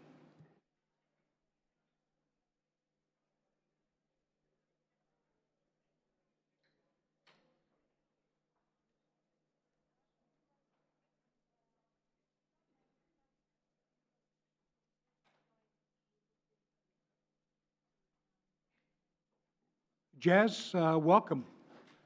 Please feel free to take a few minutes to share with the committee. Thank you, Mr. Chairman. Good afternoon, regents, chancellors. I know President Napolitano stepped out, but I want to say good afternoon to her as well. It's a pleasure for me to join you today as the student observer to this committee. My name is Jazz Keong, and I'm a PhD student in higher education at UCLA. In my other capacities, I chair UCLA's Student Fee Advisory Committee, as well as the system-wide UC Council on Student Fees. I have a few remarks I'd like to share, first regarding a couple of the agenda items for this committee today. Specifically in regards to this item that Provost Brown is going to introduce, I just want to say that while the proposals to implement professional degree supplemental tuition seem to adequately consider access and program excellence, I encourage you to continue thinking about the financial challenges that graduate and professional students experience. Financial aid can often be precarious, and professional students tend to have less opportunities to serve as teaching assistants and graduate student researchers just by the nature of their professional program. Therefore, for many professional students, jobs without fee remission benefits are likely the only options, which may often be unresponsive to increased costs to attendance like this. I'm also happy that a discussion on our student-athlete population was just had because of the proactive work of Regent Graves, Regent-designate Weddle, and Regent Lansing. I hope to see continued proactive discussions on other vulnerable populations as well, such as parenting students and students with different abilities. I lastly would like to touch on a matter not on today's agenda, and that's the student services fee. While tuition often gets the most attention, the student services fee has been a crucial aspect of financing, like its name, student services. So per Regents policy, each campus's student fee advisory committee recommends the appropriate use of the fee to their respective chancellor. I like to say hi to Chancellor Block because we have a great working relationship on that matter. As chair of the system-wide council on student fees, I'm really proud of the work that these students do as they spend months deliberating significant budget requests, and have always tried to look out for vulnerable student populations. Unfortunately, many student services that are permanent in nature now depend on student services fee revenue, but on a temporary basis. The last comprehensive analysis on these forms of student services was released in October of 2008, back when the student services fee was still known as the registration fee. So with input from appropriate student leaders, I encourage the regents to consider a work group that can update this analysis in 2019, and perhaps that can start in this committee. Ultimately, I believe that student services at UC have fundamentally improved students' lives. This is a sentiment I shared with Chairman Perez when we spoke on the phone when I interviewed for this position about a couple months ago. I'm fortunate to be here now, and I look forward to listening, learning, and collaborating as much as I can on behalf of the 250,000 plus UC students who don't get this opportunity. So thank you so much for your time, and I really look forward to future meetings where I'll be here with you all again. Thank you very much. Provost Brown. Thank you. Thank you, Regent Pettis, and again, thank you, members of the Academic Student Affairs. Your microphone. Oh, thank you. This item asks the committee to approve the multi-year plans for professional degree supplemental tuition, or PDST, for 2 graduate degree programs proposing to assess PDST for the first time. That's why they're being brought now. And if they don't get this in place, it affects them for the coming year. 2 programs are the Leadership for Educational Equity program, or LEEP, at Berkeley, and the Natural Language Processing program, or NLP, at Santa Cruz. The 3-year LEEP program in Berkeley's Graduate School of Education is targeted to educational leaders aiming to move into executive level positions of decision-making authority in public school districts or similar administrative units in the educational system, and would confer the doctorate in education degree. The 1-year NLP program, located at Santa Cruz's Silicon Valley Center, or their campus in Santa Clara, prepares graduates to work in natural language processing field and would confer a Master's of Science degree. Staff at the Office of the President reviewed the 2 programs for multi-year plans and worked with the campus representatives to assure that the proposals meet at least threshold in our understanding of the requirements of Regents Policy 3103 on policy on professional degree supplemental tuition. Representatives from the 2 programs are here with us. Regent Perez, I have a question. Should we just take them one at a time, or would you like them to both present? Let's take them one at a time. Okay. Let's make sure that the presentation is additive to what is before folks in their board books, so that we could actually spend the time with Q&A instead of regurgitation of that which is before us in the document. Okay. So with that said, then, let me present to you then Berkeley's LEEP program and their representatives. I'm joined by 2 members of the Berkeley Graduate School of Education, Alejandro Luna, Divisional Finance Leader, and Rick Mintrup, the LEEP Faculty Director. Okay. Thank you very much for giving us the opportunity to present to you, regents and top-level decision makers at the University of California, our proposal to introduce PDST to students who may enroll in the future in the Leadership for Educational Equity program, or LEAP. The program has been in existence for about 13 years. It graduated about 50 doctoral students over that time. In 2015-16, We actually discontinued admitting cohorts to the program because we were losing faculty without replacement. I will talk about how that has changed. We have been rather successful in the program in terms of completion rates. Close to 90% of our students actually make it through the program and complete the program, but we have a time to degree problem. Usually what happens to our students is that they bifurcate. Some students graduate in the normative time, other students get tripped up, don't receive the support that they need, and then time to degree really becomes extended. We have had a good track record in the graduates of the programs, moving into the career positions that they are prepared for. Our applicants, this is important for the PDST, are at least principals in public schools or similar levels. That is, all of our students tend to be above 30 years old, usually between 35 and 45, on the move to higher level decision-making careers. We have a few assistant principals if they happen to be in large high schools. So we expect people to have administrative and leadership experience as a precondition for the students to get into the program. It's a professional program that takes place on weekends in the summers. So it is separate from the usual offering of the Graduate School of Education.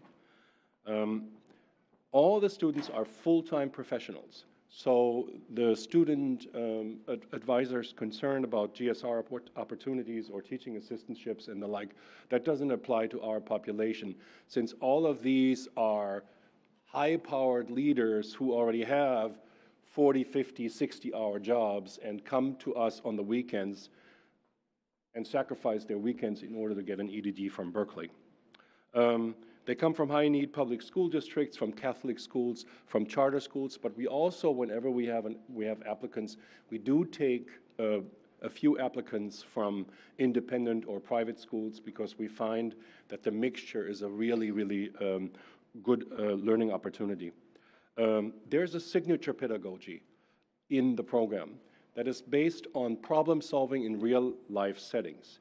The dissertation is a dissertation that deals with problem solving design-based projects in the students' own settings. There is a textbook that was published by Harvard Education Press that accompanies the work, and there is a research a systematic research agenda attached to this particular program.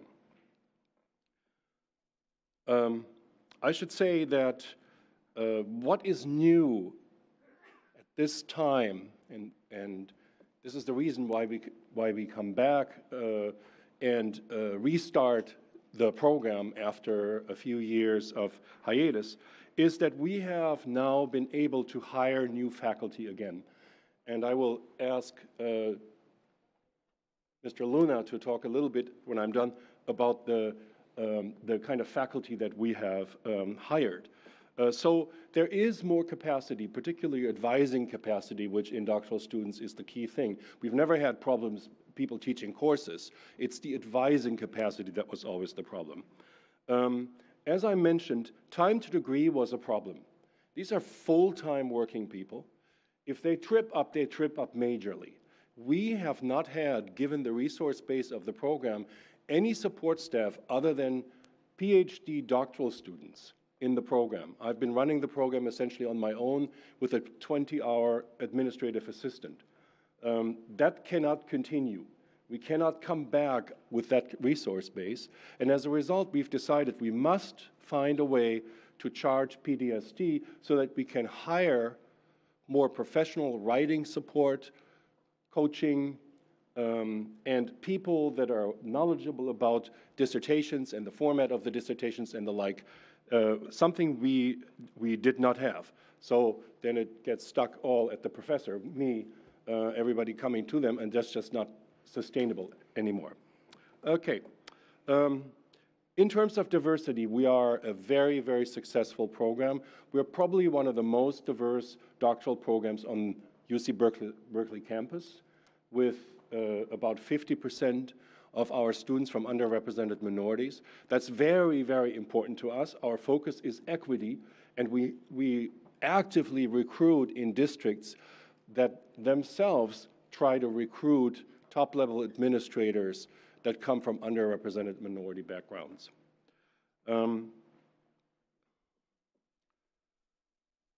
As to the consulting that we have done with students, we don't have any students enrolled in the programs, but one.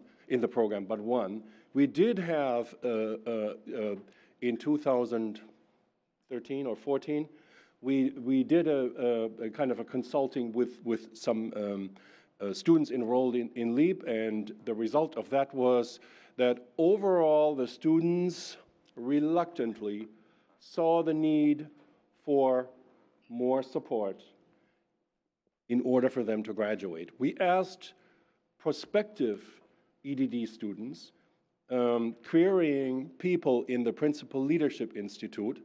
That's a group of people that within 3 years or 4 years or 5 years might qualify for an EDD, and we actively encourage them to come to us, Berkeley, for the EDD. We surveyed them, we queried them, and we found that about 2/3 of the students agreed that it would make sense to have a PDST. I should also mention that we are asking for a PDST of $8,000, and the students are used in the master's program to a PDST of $6,000. So they're already used to the fact that the additional monies that we're asking them to pay, that money is used for their support. I should also say that of course, financial aid, which is a requirement of the PDST, is also being considered. Not that we've worked out the details, but the combination of financial support for the students, plus writing support, plus a trained person who is familiar and has continuity with the kind of dissertations that are being written in the Leadership for Educational Equity program, that's what the PDST is for. Now, Alex, would you want to add something to the diversity of the faculty? I would just like to add that the GSC's general faculty population is a very diverse population at the UC Berkeley, and we continue to hire a very diverse faculty population as we continue with the leadership that we currently have. Thank you very much. Regent Ortiz-Oakley. So, couple questions and then a comment. What is the average salary of principals or assistant principals in socioeconomically difficult communities in the K-12 system? Between 85,000 and it can go to 100,000. Okay. And you say you're primarily focused on a K-12 educator. Yes. This may change, but that's been the situation. Provost Brown, do we have any of our education? What's the percentage of educational administrators that have an EDD versus a PhD in the UC system? I don't have that data with me. I can go. Do you have anybody on your team that has an EDD? On my team? Yes. Not to my knowledge. Okay.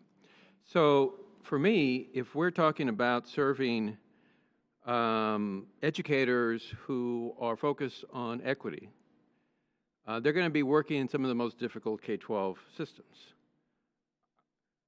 Why would we put any more debt burden on them than we have to?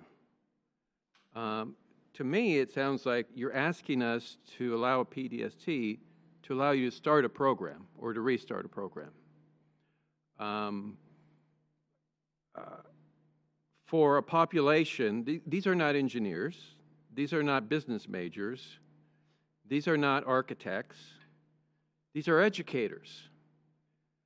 Educators who already make a very difficult wage, even as educational administrators. So I guess I'm confused and concerned about the direction we're going with a program that's supposed to serve educational equity. And for me, I'm going to have a problem supporting this because I just don't see how this fits into the spirit of the PDSC as this group of regions had proposed it. It just seems like the wrong tool for the problem that you have. Regent Estolano. Okay. Well, Should I respond? No. Yeah, please, you're- because I'm going to be in the welcome to same line of respond. questioning, so Okay. go right ahead. All right. So I think, yes, it's in the spirit of equity, but one should not forget that the current superintendent of Oakland is a graduate of the program, the current superintendent of Berkeley, the current superintendent of Hayward. I can go down the list. All of these people, I visit them from time to time, make twice my salary. So we're not talking about poor people. We're talking about people that make easily $250K when they get to the top. Now, a large number of the students that are now in district administrations are in the middle level. The mid-level makes about 130, 140. So we're not talking about poor people, quite the opposite. I can only stress, I know these students, I know where they are. We have a few, I agree with you, we have a few struggling students. And for those students, we have thought that we could use the PDST for financial aid. But for the most part, we do not have people that are struggling, that are struggling to make ends meet. We're seeing solid middle-class people who take out, in my experience, take out loans to finance their tuition in the hope of being able to pay it back. And I think for the most part, when I look at the record of where our students are going, are able to pay it back. The alternative is, we don't have students here who have gone through the program. The alternative is, and I want to be very, very clear, that we will not have the program. Now, I myself was a teacher and administrator in the system here in California for 10 years. Well, actually, for 5 years in California, but elsewhere for another 5 years. I know what it means to have high-quality, rigorous, top decision makers who know what they're doing. We have a lot of people in education who are not that way. Our program at UC Berkeley has had one major goal, and I can assure you, if you were to ask any of the graduates in the program if they valued having gone through the program, they will say to you, yes, absolutely, I valued this as a central experience because the UC Berkeley Elite program is not a Mickey Mouse program. It is not a diploma mill. As we have it, EDD programs have a tendency sometimes to be that way. This is a rigorous program that we offer, and we cannot offer it without the PDST. So you have the choice to serve equity by allowing us to charge $8,000 more a year, or by not restarting the program. That's the choice that I'm seeing. Before I go to Regent Estolano, let me just suggest that it's my experience that several members of this committee and this board don't react well to that kind of a frame of Okay, sorry. you either give I'm me new to this. you either give me what I'm asking for, or you're responsible for us going off the cliff. So just as we prepare to engage in the conversation, I want to afford you the opportunity to find a different frame that may be responsive to the questions asked. Regent Estolano. Okay, Thank you, Mr. Chairman. I appreciate you framing that. So I have many of the same questions that Regent Oakley framed, but you spoke with folks who are currently in the Principals Institute, right? But did you talk to alumni of your program and run by the issue of how they would have viewed their education costing roughly $26,000 to $27,000 more? That means $26,000 to $27,000 more in loans on top of the existing cost of the program for somebody who makes $135,000. And I would imagine that's in the high end. I mean, so I'm sorry, let me kind of do this in an orderly way. What is the median income of the graduate of your program, of your alums? We did a survey among enrolled LEAP students in 2013 or 14, and we found that there was skepticism, but in exchange for better services, there was a willingness to accept PDSTs. Did you poll them at a cumulative amount of $27,000? We asked them, I can't remember the exact phrasing of the questions, but we informed them of the PDST, and they responded to it in a not totally rejecting way. Let's put it this way. All right. So, first of all, I want to applaud you on the program. I mean, reading about it, it seems like it's a game changer. It can totally make somebody's career if they're privileged enough to be able to attend it. It sounds like an extraordinary program, even run at the less optimal framing that you did before. You've had tremendous success, even though you didn't have writing instructors and coaches, and you were relying on doctoral students. Not optimum by any means, but you still have a very good track record to show from the previous program, it appears. And I also commend you for the diversity. It's clearly, this is about equity and trying to have better outcomes and create a leadership team that would populate the state of California and take us into the next generation of pedagogy. And that is exactly what we should be doing at our graduate programs. If you were to achieve the fee level that you're requesting, what would be the typical financial aid package for a student on an annual basis? Because you'll admit 10, right? You're still going to admit 10. Yeah. You have to spend a third of your fee on financial aid. Cumulatively, the package. So what would you imagine you would be providing as aid? Well, it's not clear how many students would actually qualify for the aid, but let's say, for example, of the 10 students that are being admitted, we would have 3 students who we would want to recruit who are not able to pay for the degree, let's say, just as an example. Then it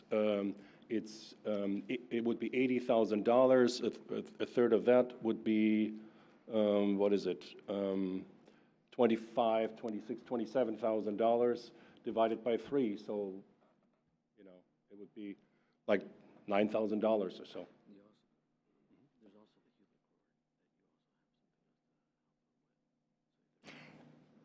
And it's a 3-year program, correct? It's a 3-year. It's a 3-year program, and it's going to cost It's going to cost $80,000 total. Is that correct? It's going to cost somebody $80,000. They're going to borrow $80,000, and they currently have a salary of somewhere between $85,000 and maybe $100,000. And at most, they might get $9,000. The rest will all be loans. Yeah, that's about right. Okay. I want you to consider as we go through this calculation that that we have a number of EDD programs in the country that are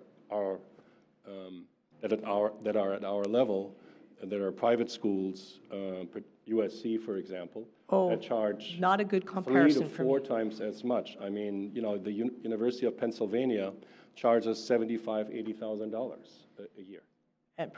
Professor Monthrop, I appreciate that, and I have read your proposal in detail.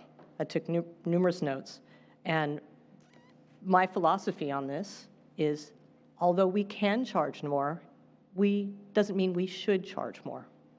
We are different, and just if you ever come before me again, or anybody watching this, it's probably best not to use the University of Southern California as a comparison in my mind, because they've done exceptionally well in charging extraordinarily high rates for most of these programs.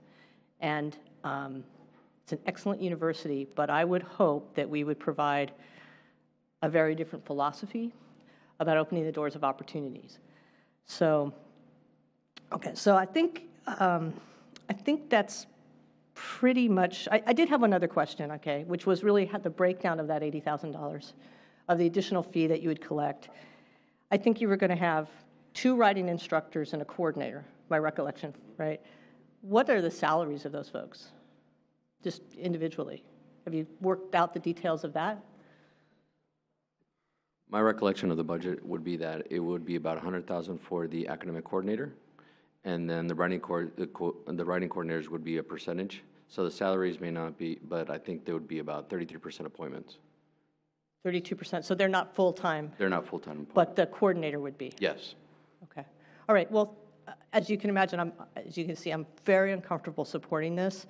I'm a relatively new regent, but I'd like to see you figure out a way to offer this tremendous program. You've hired new faculty, which is why you discontinued it in the past. So it sounds like you've got some great new faculty.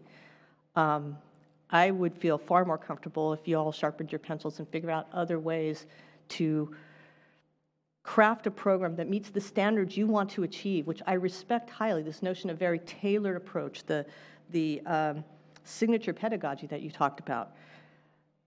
I understand that, and I think it's an excellent program, but if it's going to require folks to be taking on about 100% of their salary as debt, it doesn't seem to me like a feasible way to achieve some of your equity goals. So that's my statement. Thank you, Mr. Chair.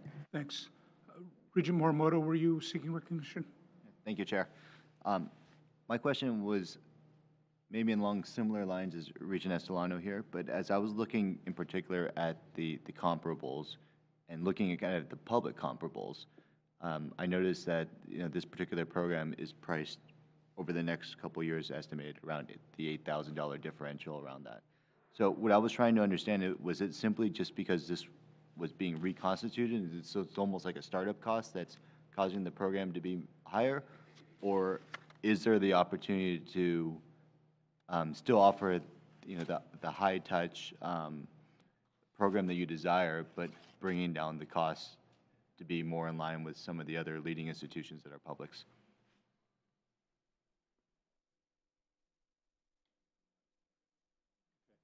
So I looked at these fees, and I have to tell you, I do not know what the formulas are with which tuition is shared with the program, with the programs at these places, at Texas, for example. I can only talk about our economic situation. Our economic situation with the revenue sharing formulas that apply to our program, that does not allow us to run the program the way a typical EDD program is run. That is, to my knowledge, and I've been in this world for some time, there is no EDD program in this country of our stature that doesn't have an academic coordinator. None. In fact, there's not a professor that I know at the level of the research university that would do what I have been doing for the last 12 years, which is I have taken that upon myself to, after the financial crisis, when the budget was cut by 2/3 and never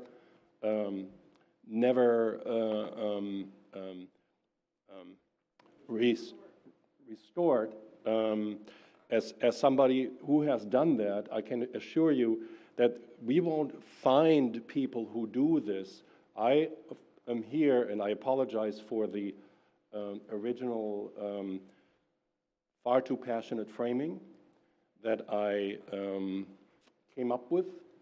I am trying to find an economic base for this program to survive or to restart, because I know the service that it provides to the field. I'm in this field all the time.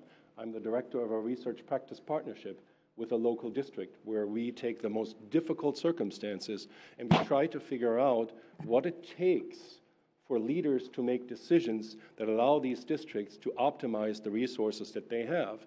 So I am in this work. And while I can see the logic, don't get me wrong, I can see the logic, the debt concerns, particularly in relationship to the value of equity. I also see the role and the function of this program, and I don't see any other way. Yes, we will fundraise. There is no question about it. We will do all kinds of things, but without a stable resource base, this program will not come back. And one thing I would like to, sorry. Go ahead. One thing that I'd like to mention is that one of the public schools that we actually, as a comparison, was Texas, who actually hasn't started, and the University of Virginia is a 4-year program, so it's actually a little bit more economical. Sure, and maybe a slightly different question is, could you comment on the size of, we understand obviously the size that you're proposing for this program at Berkeley, but just on some of the other programs, are they all similar comparable sizes of cohorts of 10 individuals, or are they larger, or are they smaller? They tend to be larger. And the reason they tend to be larger is, at least this is the way I'm seeing it, is that many of the EDD programs are run with adjunct professors, support staff, and the like. So, you know, our program so far has been essentially run with the research professor capacities, so to speak. So, and we are still very much in line with that. We don't want to go the route of quantity. We'd like to keep this rigor front and center. So, you know, if we can help it, we don't want to go very far in the direction of adjunct professors. Yeah, I appreciate it. Thank you very much. I was just trying to understand, you know, the uniqueness and the differentiating features For example, around this program. That's UCLA, helpful. since we're talking, you know, we're, as comparators, we cannot mention the UC programs, but just informationally, I myself was a professor at UCLA, and I'm familiar with the program there.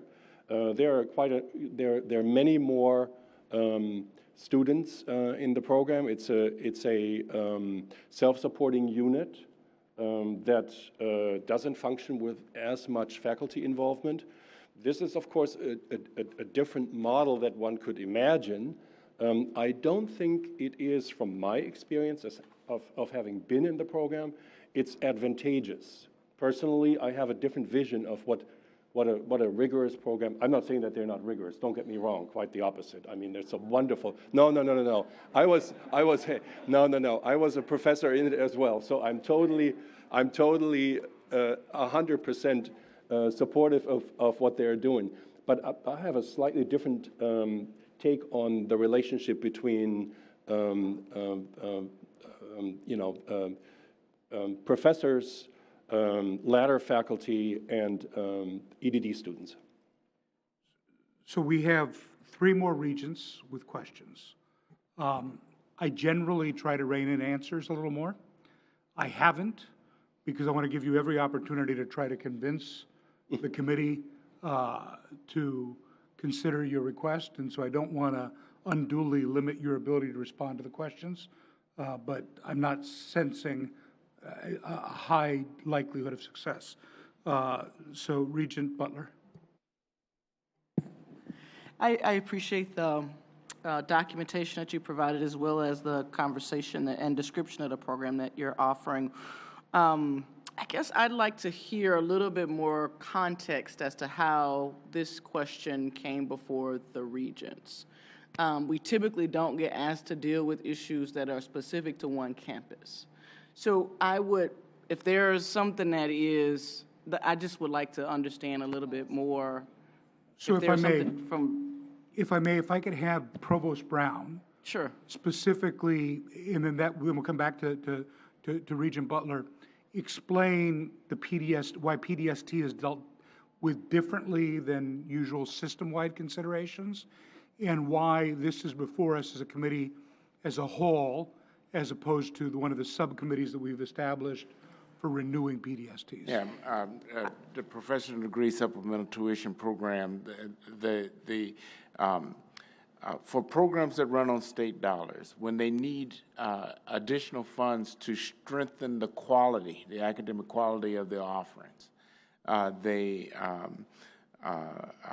need additional funds than what the state is normally giving. And so by a regent's policy, those programs have to come before this body for review, and the regents have articulated the kinds of things that they want considered in evaluating those programs, in making determinations about the degree of support for the fee being requested. That's the short. Question to Sure, that? Okay. and if I may, just to add on to that, so when it's up for renewal, we've established a protocol where a working group of 2 or 3 regents review the renewal application, but for new applications like Which the is 2 these. before us, it comes directly to the whole committee.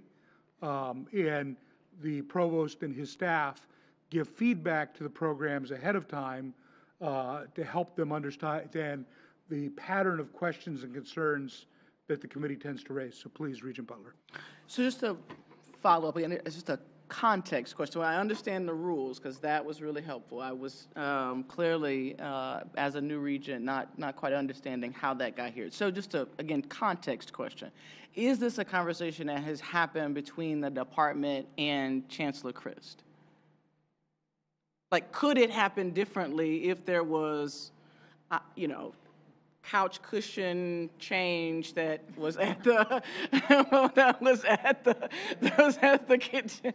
I'm just like, is there context? Is there conversation that has happened at the campus level for this campus program, understanding full well the regent's responsibility as it relates to policy? I'm going to let Regent Lansing jump in just because it's on the same. As a sidebar, we've been talking, and first let me say, I'm really supportive of this program, and when it's my turn to talk, I will say other things. But what we're sitting, and I think what Regent Butler is struggling with, and we're both struggling with, was we're talking about 2 people.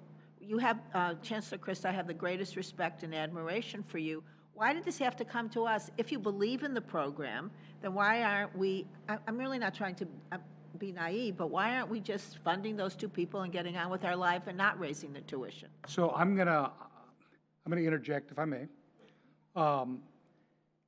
This is consistent with a pattern with which PDST approval requests come here.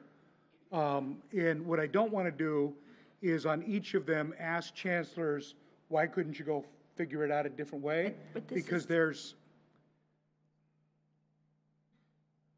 I just don't know if this is the venue to ask an internal question about all the other considerations a campus has. It's properly before us for this consideration. If we approve it, it's approved. If we don't approve it, then they could either go back and try to recreate something else to come before us. They could seek going to the campus for additional support. I'm absolutely happy to allow Chancellor Christ to speak if she wants to, but I don't want to make it an expectation. I just want to answer Regent Butler's question, which is there's a rigorous campus review that goes on. It's an academic senate review by the Graduate Council. It's a review by the Dean of Graduate Studies and the Vice Provost for the Graduate Division. It tends to stop at the provost's level, but so it's it's not that there hasn't been a great deal of campus discussion about it, and there also are quite rigorous and extensive requirements for what the program itself has to do before submitting the proposal. Regent Graves, then Regent Lansing. Great. I just have 2 comments and then a question. First thing about the diversity for the program, if I remember correctly, about the data surrounding the field of education. I'm currently completing my PhD in education at UCLA. the highest number of people of color with doctorates are in the field of education. So I think diversity is not a problem there. And so I think there may even be I shouldn't say overrepresentation, but there are many people of color that are in the field of education. And I don't want to get too much into the argument of EDD versus PhD, but as we continue on in a data-centered world, it's not just enough to understand the data, but you have to be able to show that you know how to analyze the data, be able to consume the data, analyze and make sense of the data. And so I think that's why the PhD route is something that I think is going to continue to increase over time, because it's almost even like a generational thing. These are folks who have worked for some time, come back to get an education doctorate, but I think the PhD is something that PhD in education will have an increase, but that's just my personal take on that. But the question that I have is, how does not having this PDST approved, how does that impact the funding for your other academic programs at the Graduate School of Education? Let me just say something real quick about the diversity. If we're looking at other doctoral programs in the School of Education, there's one other doctoral program in the School of Education that is similarly diverse, but none of the others. Regent Lansing. So I'm having a great... That didn't answer my question. I'm sorry, Regent Lansing. Sure. Please, go ahead. So regarding the PDST for the LEAP program, we actually have two other programs. We have the PLI program and the Teacher Education program that also do receive PDST funding that have already been approved. So they're not combined. Does that answer your question, sir? So I'm having a great deal of trouble just with this whole issue being before us. And so that's really giving me a great deal of confusion. So I'm going to try and ask some questions that maybe will untangle it for me personally. First of all, I think it's a wonderful program to train people who will go on to leadership positions in education.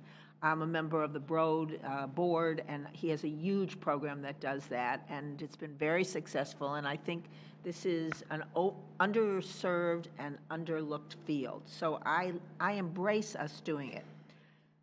Do other campuses have a program like this? Does UCLA, for example?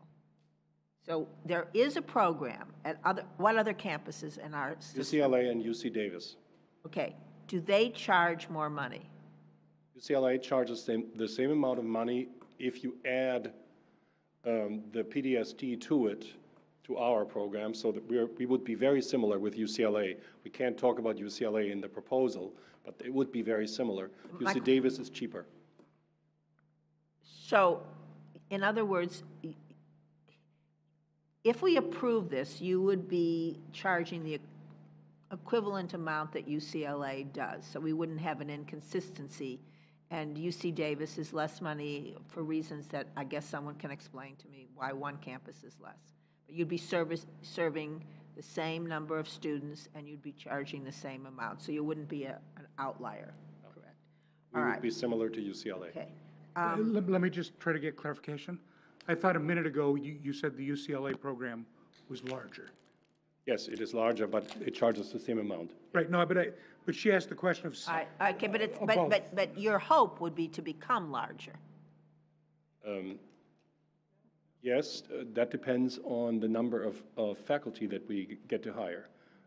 Every doctoral program depends on the advising capacity of the faculty. So the UCLA is a much, much larger school of education than UC Berkeley. We're a very small school. I see. Would you have to raise the tuition again then as you grew? Or? No, this is not a matter of tuition. This is a matter of us getting approval for new lines, for new faculty hires. The more faculty we have in the area of organizations, leadership, policy, all of that, the more faculty we have, the more students we can admit. So I guess I would close then, whatever my discomfort is that it's coming before this committee, because it seems to me, I would just say this, and I'm sure offline someone can explain to me why it can't be, maybe we should look at our policy, why it can't be handled offline. I do understand tuition increases have to come to us, so I think that is what I'm coming to understand. I mean, which I think should continue to be that way. So I believe in this program very, very much. And as I said, having watched a foundation do this program and watched the enormous success that I think that foundation has, which is a potential partnership for you perhaps, I don't know enough to know that, but I think it would be a shame if we didn't have this program. And if you're charging the same amount as UCLA, and now we would then have 3 schools with this program, and one would be a little less, I can actually, I will support this.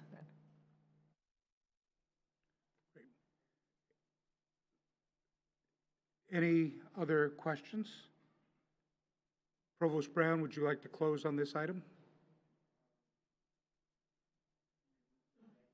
Well, we're gonna consider this one. Would you like to close on the Berkeley request? I'll take that as your close. Is there a motion? Michael, do you have any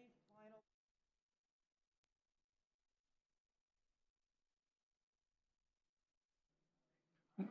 Microphone.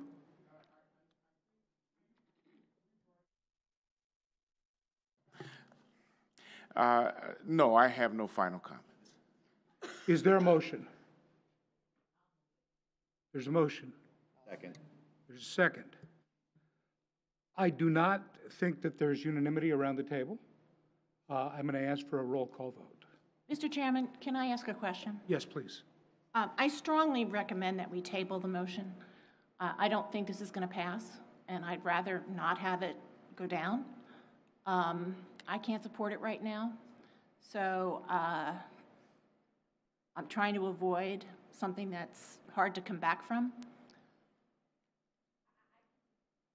I, who am for this, Carol, Chancellor Christ, sorry. Yeah, I wanted to make a more general point, not in relationship to this particular program. But as you know, graduate and particularly doctoral education is much, much more expensive than undergraduate education.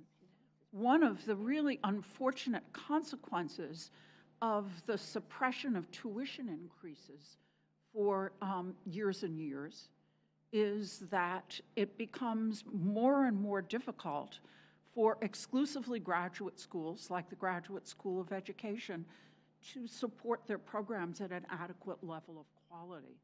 So I see this as a large structural issue that is not just limited to what I think is this really excellent program. I strongly support this proposal. I think that they've suggested a reasonable way forward. But it's important to understand, first of all, the higher cost of graduate education, and secondly, the structural difficulty that the state's finances have particularly posed for graduate education. Regent Lansing. So I know this is going to sound strange, but I think some of us didn't know whether you supported this or not. So you highly, strongly support it. That's what I heard you say, right? Okay, thank you. That's so important to, I think, all of us, because I personally don't run the Berkeley. I mean, you do, and so I'm looking to you for guidance. And when you say you strongly support it, that's great for all of us to hear. If it's not going to pass, I think we should table it and come back, and perhaps Chancellor Christ can speak to it again. Mr. Chairman, I move to table. There's a motion to table. Is there a second? Second. There's a second on the motion to table. Well, what happened to the original motion that was? A motion to table is a motion of precedence. Okay. So it's a motion to table, the motion to approve. It is properly before us. Chancellor Christ? A motion to table is essentially voting to keep the program closed. It's not, it's delaying it, so. Perhaps we could hear from you about what you feel, because that will the motion to table is non-debatable. I will say that It's debatable.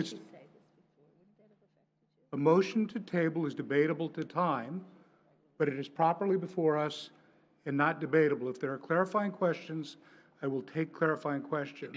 If not, I will proceed on the motion to table. We have Are a there any- motion and a second. Yes, Regent Estolano. Procedurally, as I understand from the staff report, did a decision need to be made at this meeting in order, it's literally a question of, an informational question, or Yeah, can it be I will- tabled? I will Yeah. go to Provost Brown. The issue with respect, if I may, in attempting to answer your question, the issue with respect to first-time PTSDs is that the approval is often timed with the ability to go out and seek new participants in the program. And so if we don't act today, it may have a significant impact on the ability to go out and seek new enrollments into the program. Is there anything I'm missing on that, Provost Brown? No, I've talked with the principals, and if we were able to bring it back in March and answer the Regent's questions, and if it were approved, they could still go forward. So a motion to table is debatable as to time. Regent Tauscher, do you have a time specific on your motion? Mr. Chairman, I would just like to save the opportunity to go forward in March and move on. Thank you. Okay.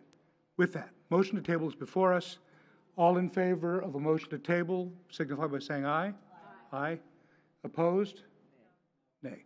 Okay. It is my determination that a majority are in favor of a motion to table. If anybody would like a separation or division, I'm happy to do that, but if not, I will deem that to be a motion to table. I look forward to having this back before us in March for further discussion. Let's take a 5-minute break and then come back and take the next campus before us.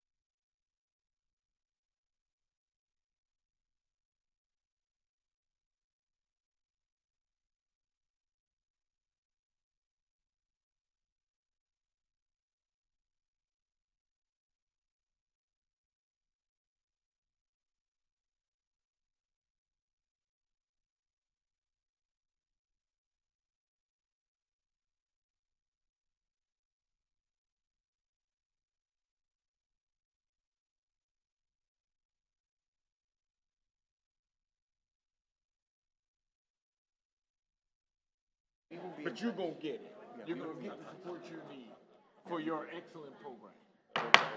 Okay, folks, we're going to reconvene. We have one half of item 1A still before us. And Provost Brown, if you would like to lead us off. Okay, we have now the Santa Cruz's Natural Language Processing Program, and I am joined by Professor Marilyn Walker from UC Santa Cruz and Associate Dean of Engineering, Abel Rodriguez. And I turn it over to you. Abel starts off. Okay, thank you, Provost Brown, and thank you, Regents, for having us around. So I'll try to give you some of the institutional context for this that is not in the proposal, and then I'll let Professor Walker give you a brief outline of the proposal. So this is a very important program for UC Santa Cruz. About 5 years ago, the campus decided to make a push into Silicon Valley, and if you will, the head of the spear of that push is the development of 4 new professional programs to serve the needs of the Valley. 2 of those programs have already been approved. The first one is the program in games and playable media that has been running for maybe 4 or 5 years, and it's a PDST program. The second one is a serious games programs that was just approved last year in June, and also is a PDST program that was approved here. This is the 3rd program in that sequence, and hopefully for next year you will be seeing another program on human-computer interaction, HCI, that will also run on a PDST. UCSC is committed to meeting the needs of our local communities, and one of our local communities is Silicon Valley. These programs are especially designed to address the needs of the tech industry in the area. And having a broad portfolio of options is very important to address those needs in the area. We expect that the funds that the PDST fee will generate, the revenue that will generate from international and other non-resident students that enroll in the program will help us make the program much more affordable for California students, and in particular for members of underrepresented groups. Technology is an area where we need to do a lot more to increase diversity. The faculty in the school is deeply committed to the diversity, equity, and inclusion. As a Latino, it is very important for me to increase the diversity in these areas. Our status as an HSI, as an institution that values diversity, makes us or puts us in a really good position to ensure a diverse body of students that can go into the program and can make a contribution in that area. Okay. Am I close enough to the mic? Yeah. All right. Thank you for giving me the opportunity to talk about our proposed program in natural language processing, which I'm going to refer to as NLP. I'd like to talk about the program first, then why it's a PDST, what we need the PDST fees for, and then how we aim to address the diversity and affordability issues. So just to give a little background, natural language processing is a subfield of artificial intelligence involving the automatic processing of human language in all its forms. Because human language is everywhere, there's a very large range of applications, and this means that very specialized knowledge is required to be successful as a practitioner of NLP. Our one-year NLP MS program will be unlike any other program in the UC and like very few other programs in the United States, and our goal is simply put to make our graduates highly competitive for jobs in NLP in our local tech industry in Silicon Valley.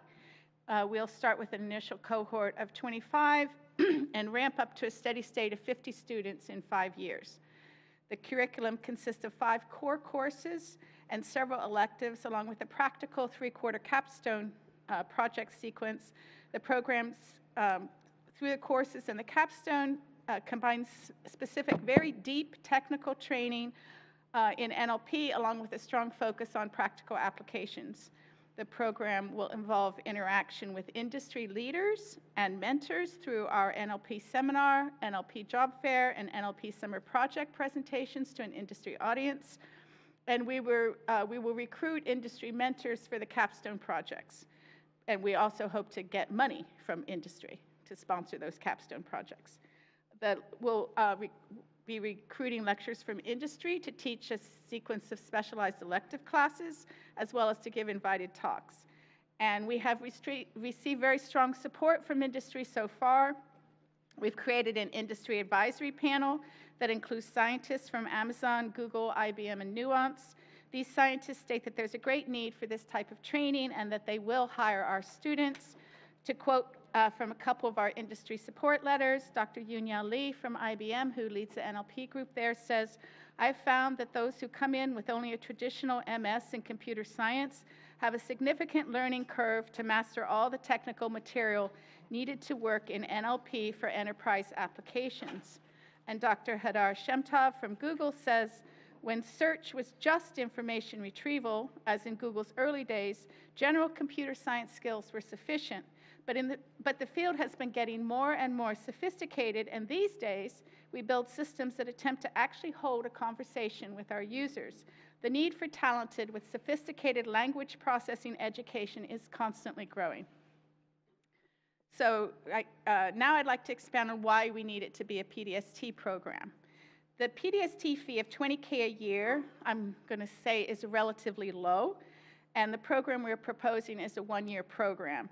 And this makes the program affordable. In 1 year of study, our graduates will be able to garner an excellent salary as an engineer in Silicon Valley with expertise in NLP.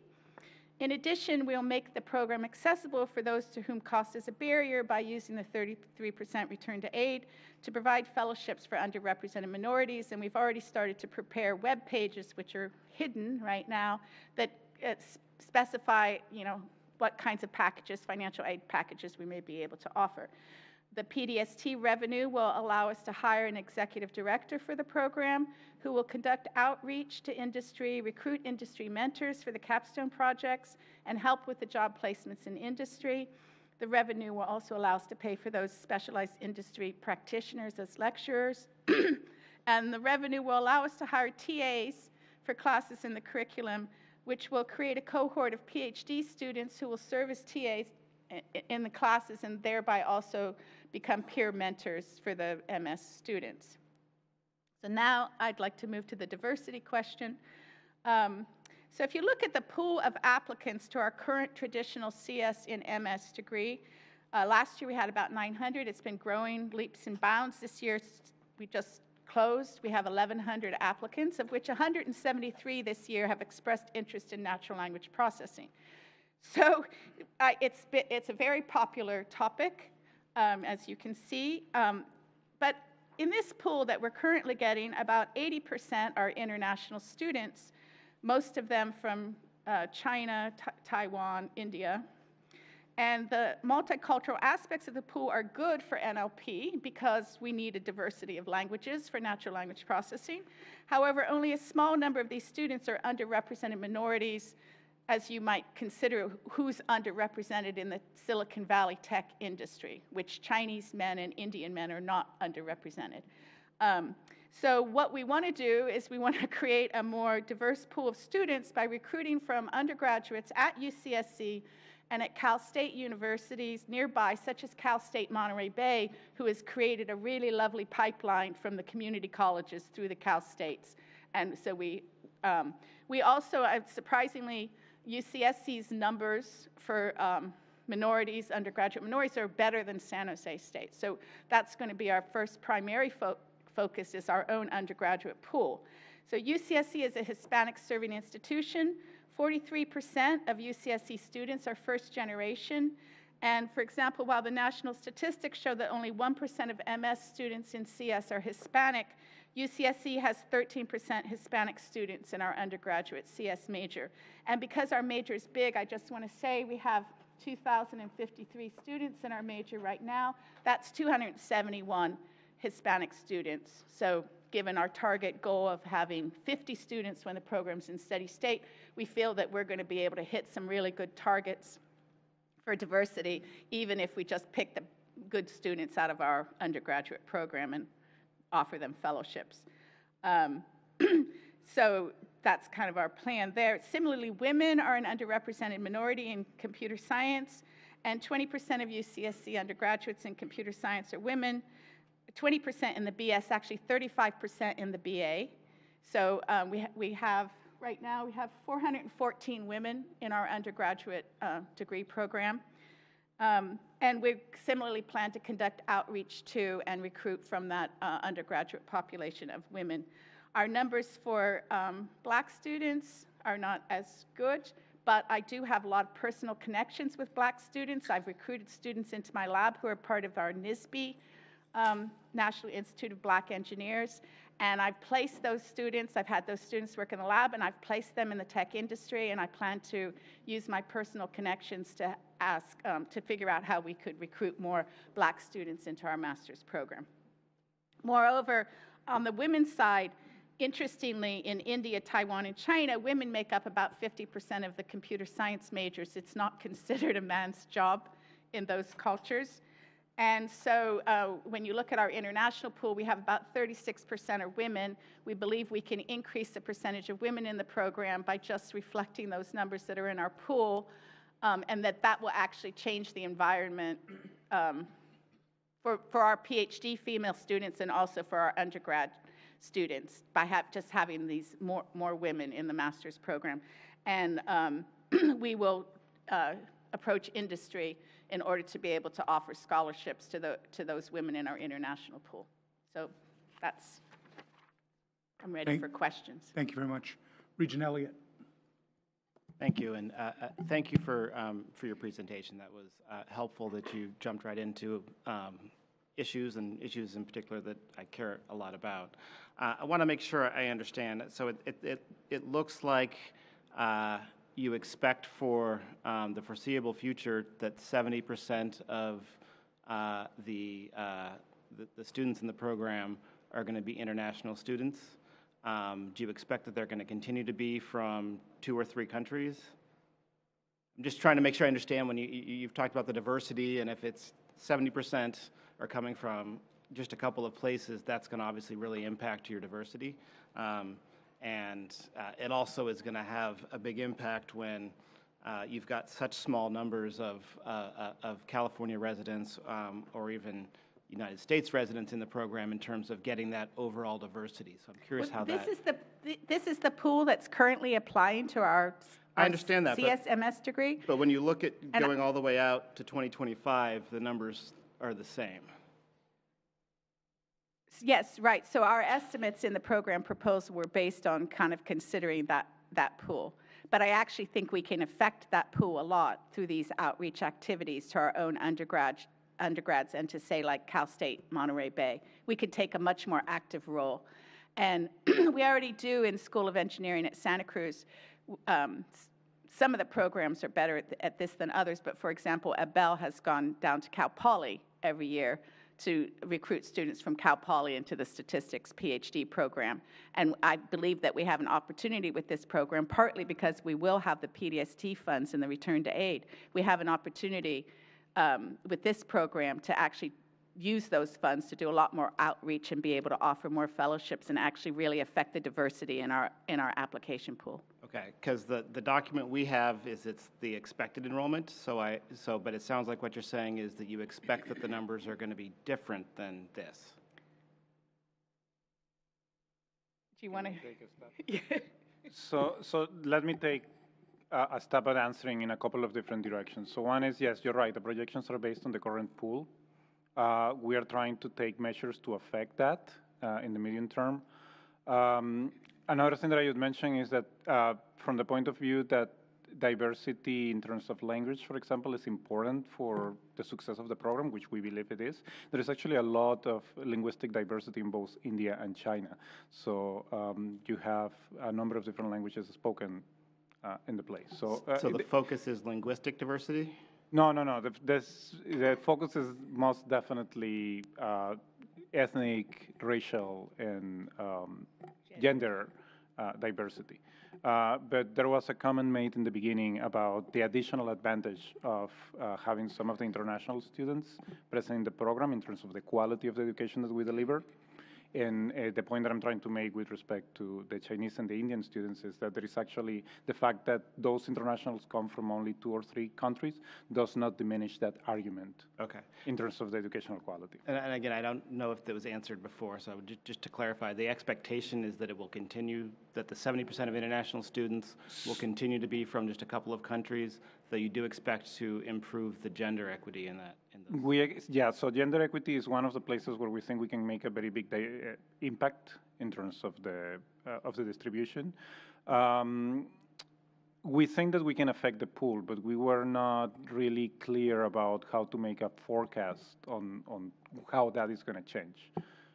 So you're right. So the predictions or the forecasts are based on the 70% international. Thank you. I think, obviously we spent a lot of time talking over my 4 years on the board about diversity in these fields. And we've had PDST renewals before us that have attempted to address the issue. I get that this is a new program, but I do want to commend you because I actually feel like you have a plan. And that is very different in my mind than what some other folks have done, and you've been able to articulate it. Obviously, the devil's going to be in the details and in the results at the end of the day, but from what you have said and what you have shown, I see a true commitment to try to increase the numbers, and that importance has been placed in that area, so I want to thank you for that. Regent Graves. Thank you, Chair. And my comments are picking up off of what Regent Elliott just said. And, I think in regards to this program, artificial intelligence, Silicon Valley, that all makes sense. And I appreciate you all being attentive to that and making sure that Santa Cruz is competing on an important, offering an important educational program. I just want to touch on the diversity piece again. I know I've said this to the last provost. I've mentioned this to the current provost. I just don't think we do a great job of saying what the practices that are specific practices that are going to be in place for diversity, so that we can at least, when you all come for renewal, say, okay, this is what you said you were going to do. Did you do that? Did that happen? And so this isn't specific to you all, but I think in the future we really have to work with our faculty and departments that are submitting PDSTs to really be as specific as I possibly can. I know with metrics they can't be too specific, but in terms of we're going to attend these events, these outreach events, we're going to connect with these people, and we're going to do it 3 times a year, like as being as specific as possible so that when it comes to renewal, we have something to use as a measurement, because that was my concern when we were doing renewals last time, that we just really didn't know what was before, what's current, and then what does the future look like for those that are renewing. So that's just a general comment in terms of the PDST process. Thank you, and I think we very much appreciate the comment. I'm personally a big believer in pipelines, and that's a little bit what Professor Walker was trying to address in her presentation, and in particular the pipelines with the CSUs and those that are Hispanic serving institutions. So she mentioned San Luis Obispo, but we actually have pipelines with a number of the other Cal states. And I will say the San Luis Obispo is great, but the other Cal Poly a little bit further down the freeway is even better. Yeah. Yeah. Faculty Representative May. Thank you, Chair Perez. This is just an informational question. I was just curious. If I'm reading correctly, the faculty in this program will be drawn from computer engineering, computer science, and technology management. Is that correct? We've undergone a reshaping. We don't have a technology, I'm not sure if this is your question. Technology management program has been kind of folded into computer science and engineering. Okay, I was just, but actually, no, my question was a little different. I was just curious why your linguistics department is not participating in this, since you have one of the finest linguistics departments in the country. They are. Okay. It says it's somewhere else, maybe in a different part of the proposal.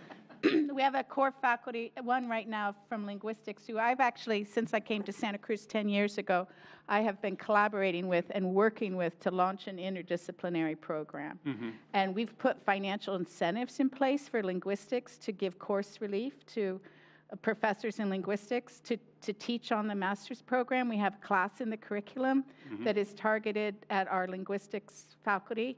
And we hope that we can kind of grow that further. I think Abel has been very clever in the way that he's helped set up the financial incentives to make linguistics feel like they could afford to give teaching relief to somebody to participate in our master's So program. could you just then list which departments are faculty going to be coming the from core- in this program? At our present, okay, we have one linguistics faculty, one psychology faculty, and the rest of the faculty are in computer science and engineering. And what's the total number of faculty that will be participating? 10? Yeah, 8 or 10. Okay, thank you. Regent Estolano. Thank you. Any chance we can get that resident participation up beyond 26%? Is there any, I mean, I think we can. So I know it has financial implications for you because you have a differential for non-resident and resident tuition, but it would be really nice if we're going to be doing this to achieve, to at least set a goal of 50% by the end of the program, rather than setting a goal of 25 or 26%. I mean, I want to be realistic, but I also think we're signaling that we're creating a new program, charging new fees, and we're 75%, over 70% of the students aren't going to be California residents. And it's a great service to the rest of the world, but we also should be trying to aggressively grow the talent base of California residents. So I just... Can I ask please. a clarification question? So the reason we have so many master's students apply to our current programs, our current traditional CS, MS degree, is because they want to be in Silicon Valley. So they come here, they come here to get jobs in Silicon To Valley. stay. To stay, yes. So that's the first, I wasn't sure if you were saying that you thought they were going to go back home. They're don't not. know. They don't want, I mean, they understand. Okay, so that's, first of all, they go into our local tech industry. And I do think the gender diversity in that pool is a real plus of that international pool. As I said, you know, we have 36% are women in the pool typically. So so I saw that number and I got excited about the gender diversity in that pool. And they're also really typically very high caliber students. Now, so to answer your question, can we get the numbers of our, well, a lot of my students, my undergrad students, so I have a lot of students who kind of get into my upper division natural language processing class and suddenly realize they found something that they're passionate about. Most of my students, I can't talk into staying on to do a master's degree. They want to go and get a job.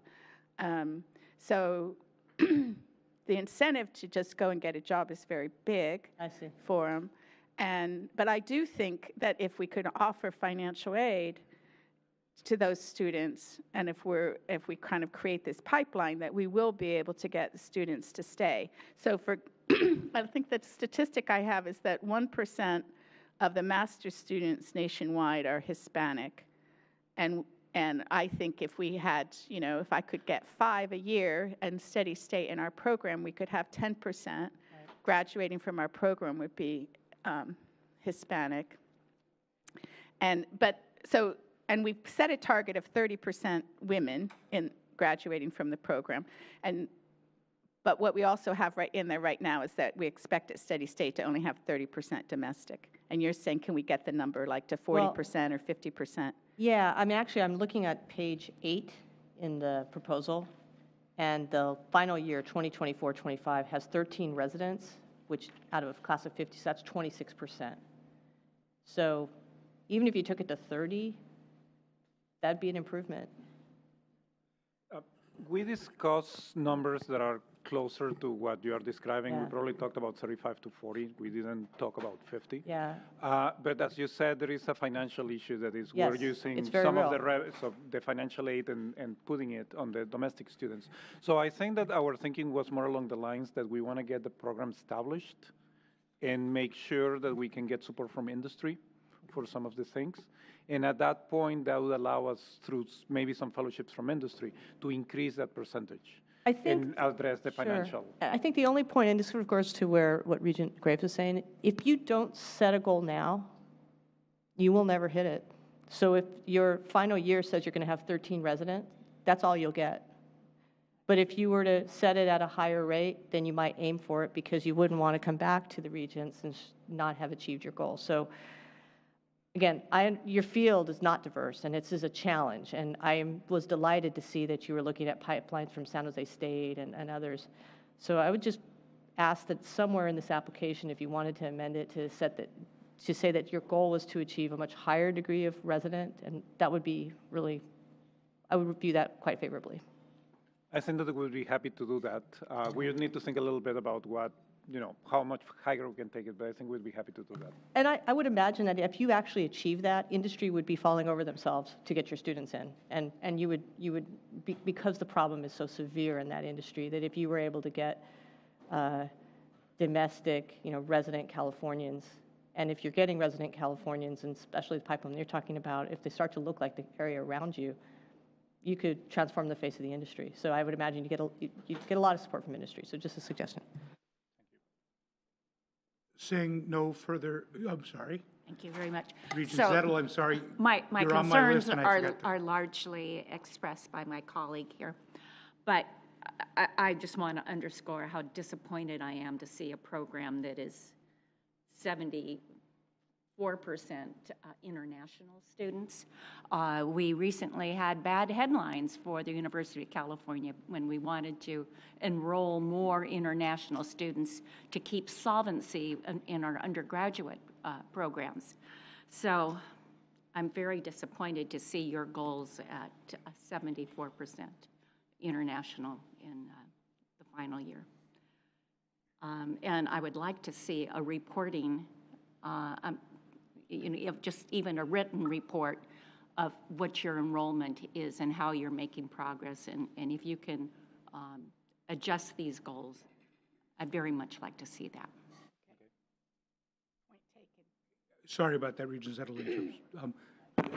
So look, it's my sense that there's broad-based support for your application, that there is a hope for you to be a little more aggressive in some of these areas, that we want some of that articulated to us more quickly than renewal date, so that we're all on the same page as we evaluate the progress that you're making.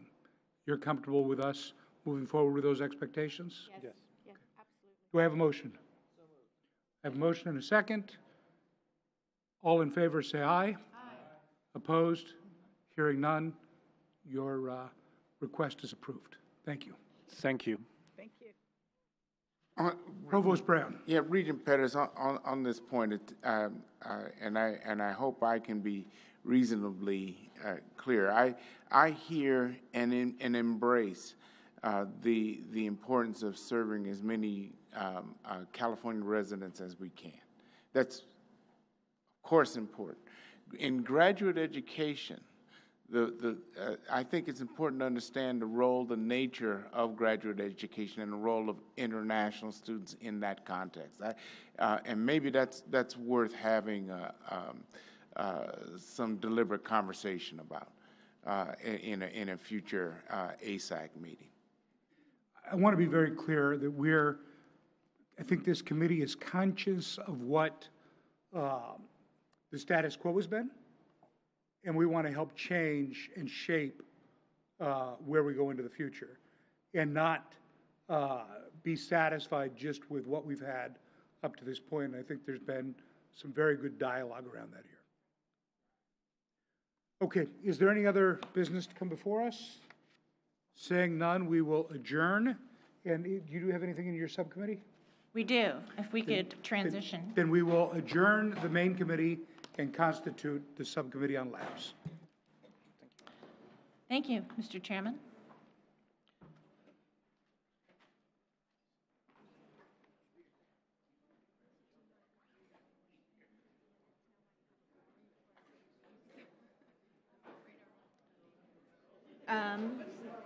Well, I only have 6 members.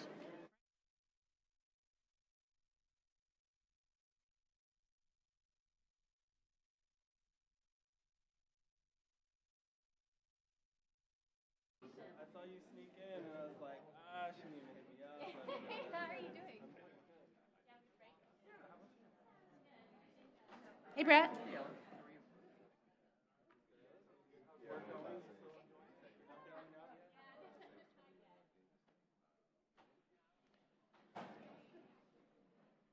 I'd like to call the Committee on National Labs to order. Before we start the presentations, we have one action item, which is to approve the minutes of the November 14th. Move approval. Second. All in favor? Aye. Thank you.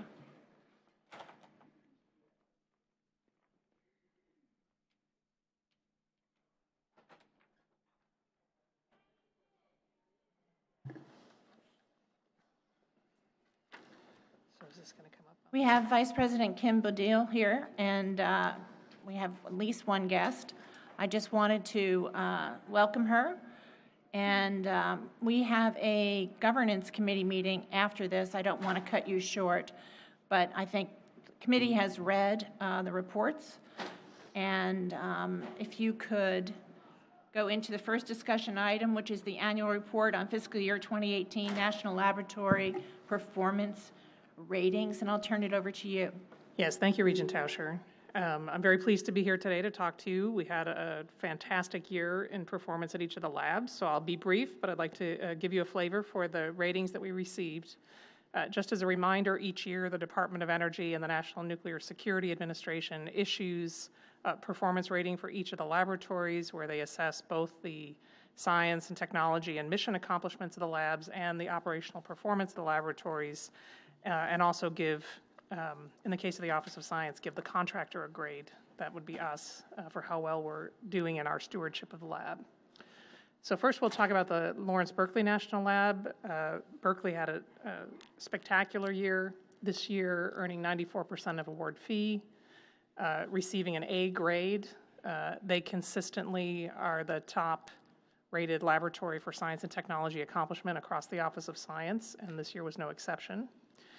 I'll note a few highlights. Our director at Lawrence Berkeley, Mike Witherell, was particularly noted for his leadership at the laboratory, both for his stewardship of the science and scientific capabilities, but also for his work to build the operational infrastructure at the laboratory. He's been very, very well regarded in that role.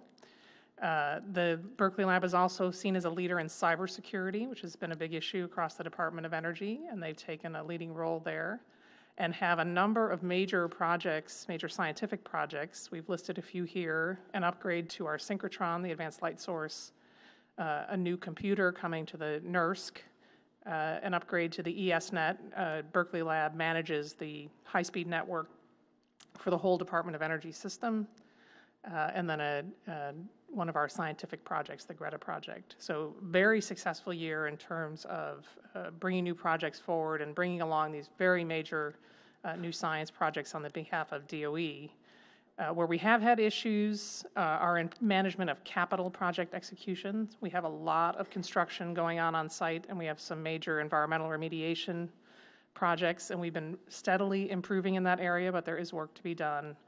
And we've had an effort underway to revamp our site access and foreign visits and assignments program, which is an interesting challenge at an open site like the Berkeley Lab. So we've been working to put a new system in place. But on the whole, exceptionally good ratings. At the Lawrence Livermore National Laboratory, last year I came and told you we had the best year ever until this year, which was just a little better. Again, 94% earned award fee and a new award term, so that contract now extends through 2023. And on this slide, we have only successes, no issues noted. I would say the things to note here, in addition to the mission and scientific accomplishments, which are sizable, the National Nuclear Security Administration noted notable improvements in site security. So this was the one issue they identified last year, and the leadership team was cited for having taken quite strong efforts to improve on that front.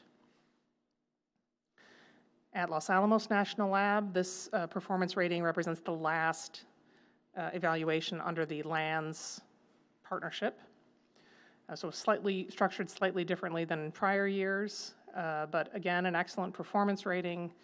We were particularly noted, in addition again to science and mission accomplishments, which were substantial, to very substantial improvements through that period in capital project execution and safety culture, both of which are good harbingers for the new team, the Triad team on the ground now. So the first evaluation for the new team won't be received until the end of next year.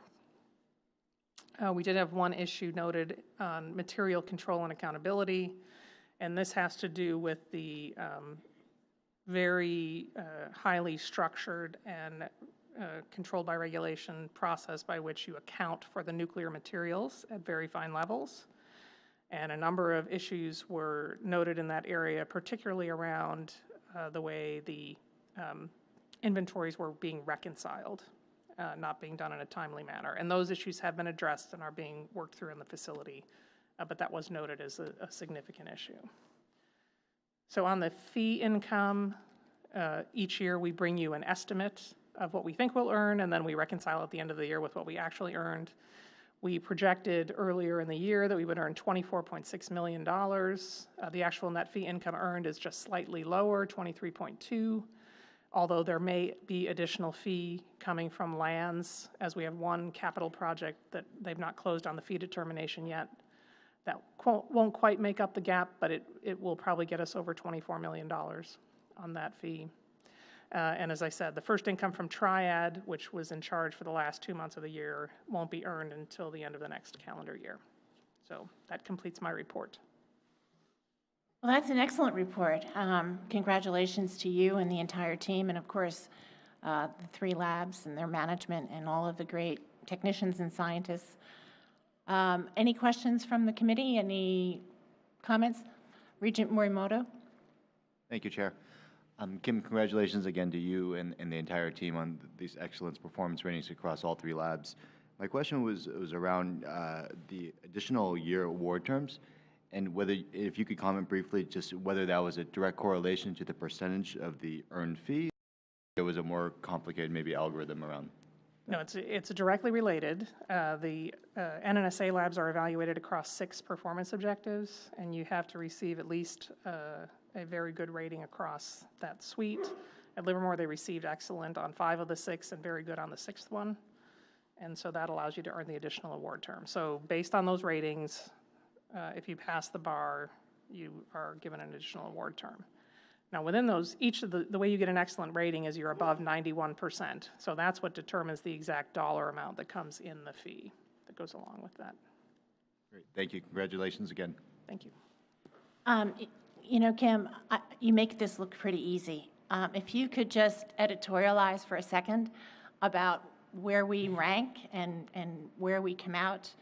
Of course, we manage the finest science lab, Berkeley, and the 2 nuclear weapons labs, Los Alamos and Livermore. So it's not apples and apples, but you know, in these different awards and extensions of contracts, where do we come out in the mix? You don't have to name names, but kind of give us a sense for how well we do. So as I said, this year was an exceptionally good year. We've had,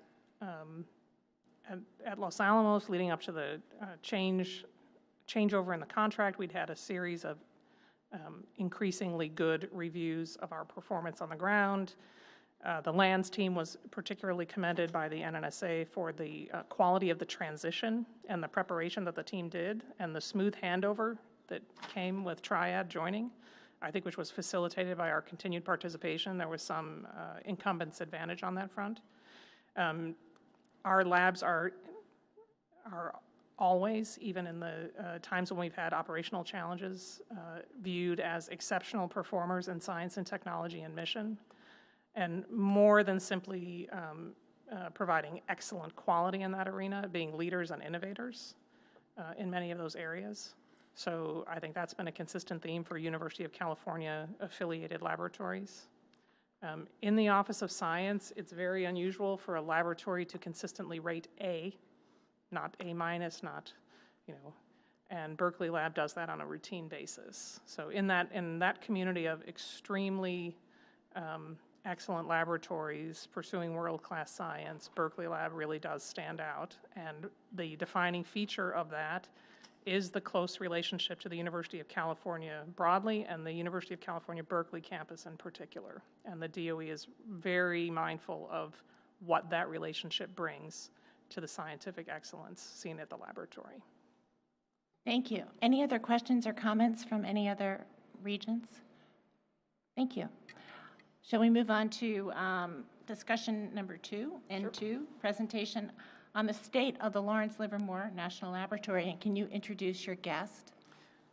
Yes, thank you, Chair Tauscher. It's my distinct pleasure to introduce today's speaker, Dr. William Goldstein, Director of Lawrence Livermore National Laboratory and President of Lawrence Livermore National Security. Bill's the 12th Director of Lawrence Livermore, where he has a workforce of about 6,600 and an annual operating budget of about $2 billion. Bill is the senior leader of longest tenure at the laboratory by a factor of a lot. He was the Deputy Director for Science and Technology, and prior to that led the Physical and Life Sciences organization for many years, so he is extremely experienced in this arena. He's a Fellow of the American Physical Society and serves in a number of community roles and has published extensively. He has a PhD in theoretical physics from Columbia and a bachelor's in physics from Swarthmore. Bill, the floor is yours. Welcome.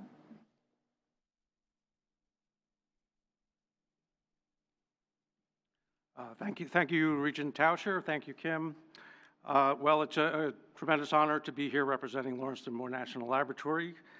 When I last spoke, I believe it was November of 2016, and in fact, our annual budget was about $1.8 billion at that time, and we did have roughly 6,500 people.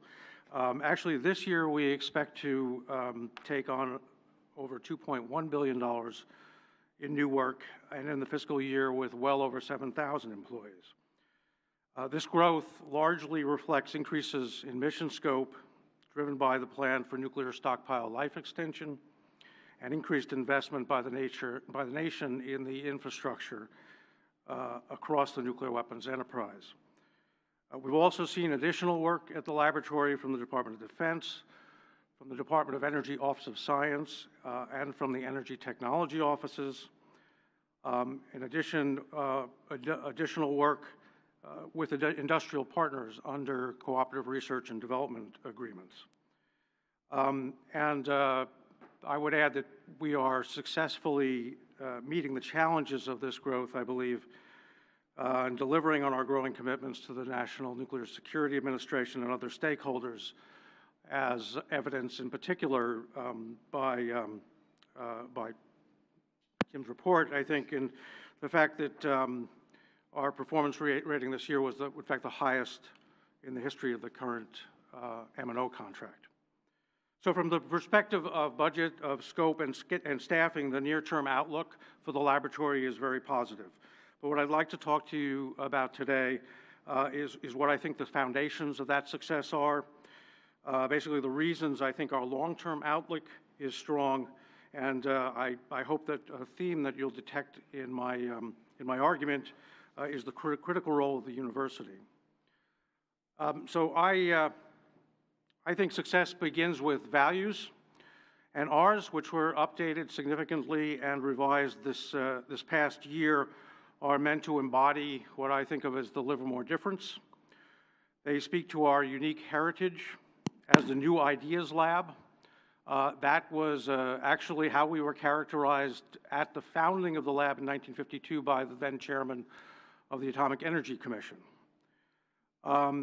They represent our mission focus with the highlighting of impact and public service and accountability, the importance of teamwork and diversity of talents and perspectives, and finally, what we refer to as zeal, which is about the fire in the belly to excel, and also refers to the fact that we hope and endeavor that our employees will enjoy what they do and enjoy working at the laboratory. So we're one of 17 national labs, and of course with Los Alamos, one of 2 nuclear design laboratories. But I think that the things that we emphasize as values set us apart, especially when combined with our unique mission, which is to strengthen national security through world-class science, technology, and engineering. Our deliverable is enhanced national security, and our means are the application of frontier science, technology, and engineering. Our primary mission is to underwrite nuclear deterrence by helping ensure the safety, security, and reliability of systems in the U.S. nuclear weapons stockpile. We also provide the technology and expertise to enable high-confidence implementation of arms control and nonproliferation and other threat reduction measures and agreements across the spectrum of weapons of mass destruction. We address deterrence more broadly as it intersects evolving threats in space, in cyberspace, and missile defense, for example, and develop solutions for energy and climate security. We help our leaders to understand new challenges and opportunities in a manner that's technically informed and sound. Right now, we are responsible for annually assessing the status of the W-87 warhead and the B-83 gravity bomb, which, by the way, is due for retirement.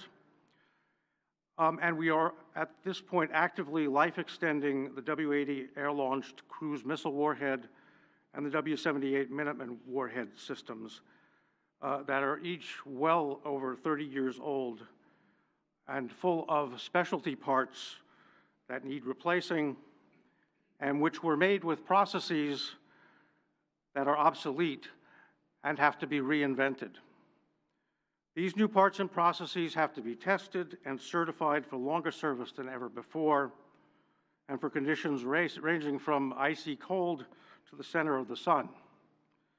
And they have to be guaranteed to work in a system that can't be tested and hopefully never be used.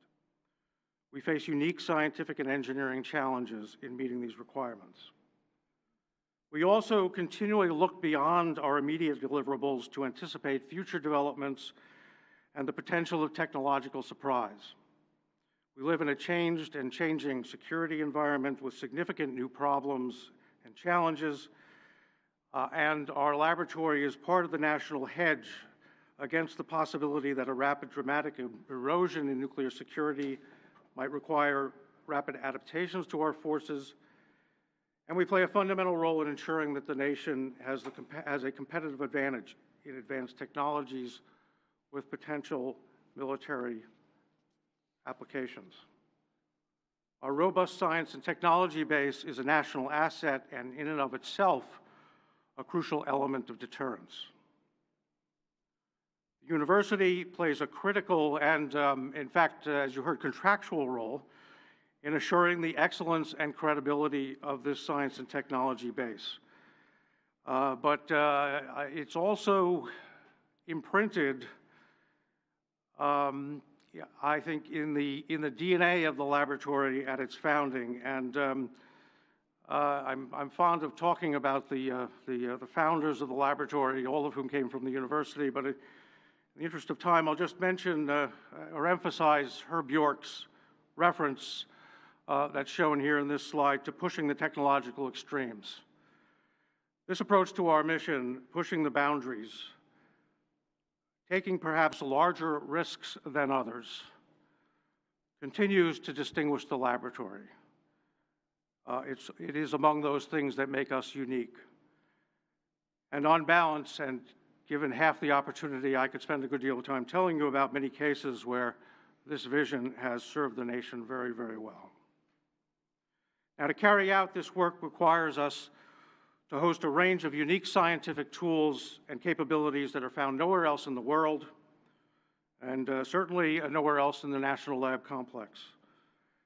These include, just as examples, an accelerated mass spectrometer facility, originally established, in fact, with direct support from UC, that has led the application of accelerated mass spectrometry to biomedical research and serves as a national user facility for the National Institutes of Health research community. It also includes a one-of-a-kind NanoSIMS, or nano secondary ion mass spectrometry laboratory that's supported entirely by the Department of Energy Office of Science. But it's our billion-dollar flagship facilities that truly set the lab apart. Facilities that don't just not exist anywhere else, but really never could.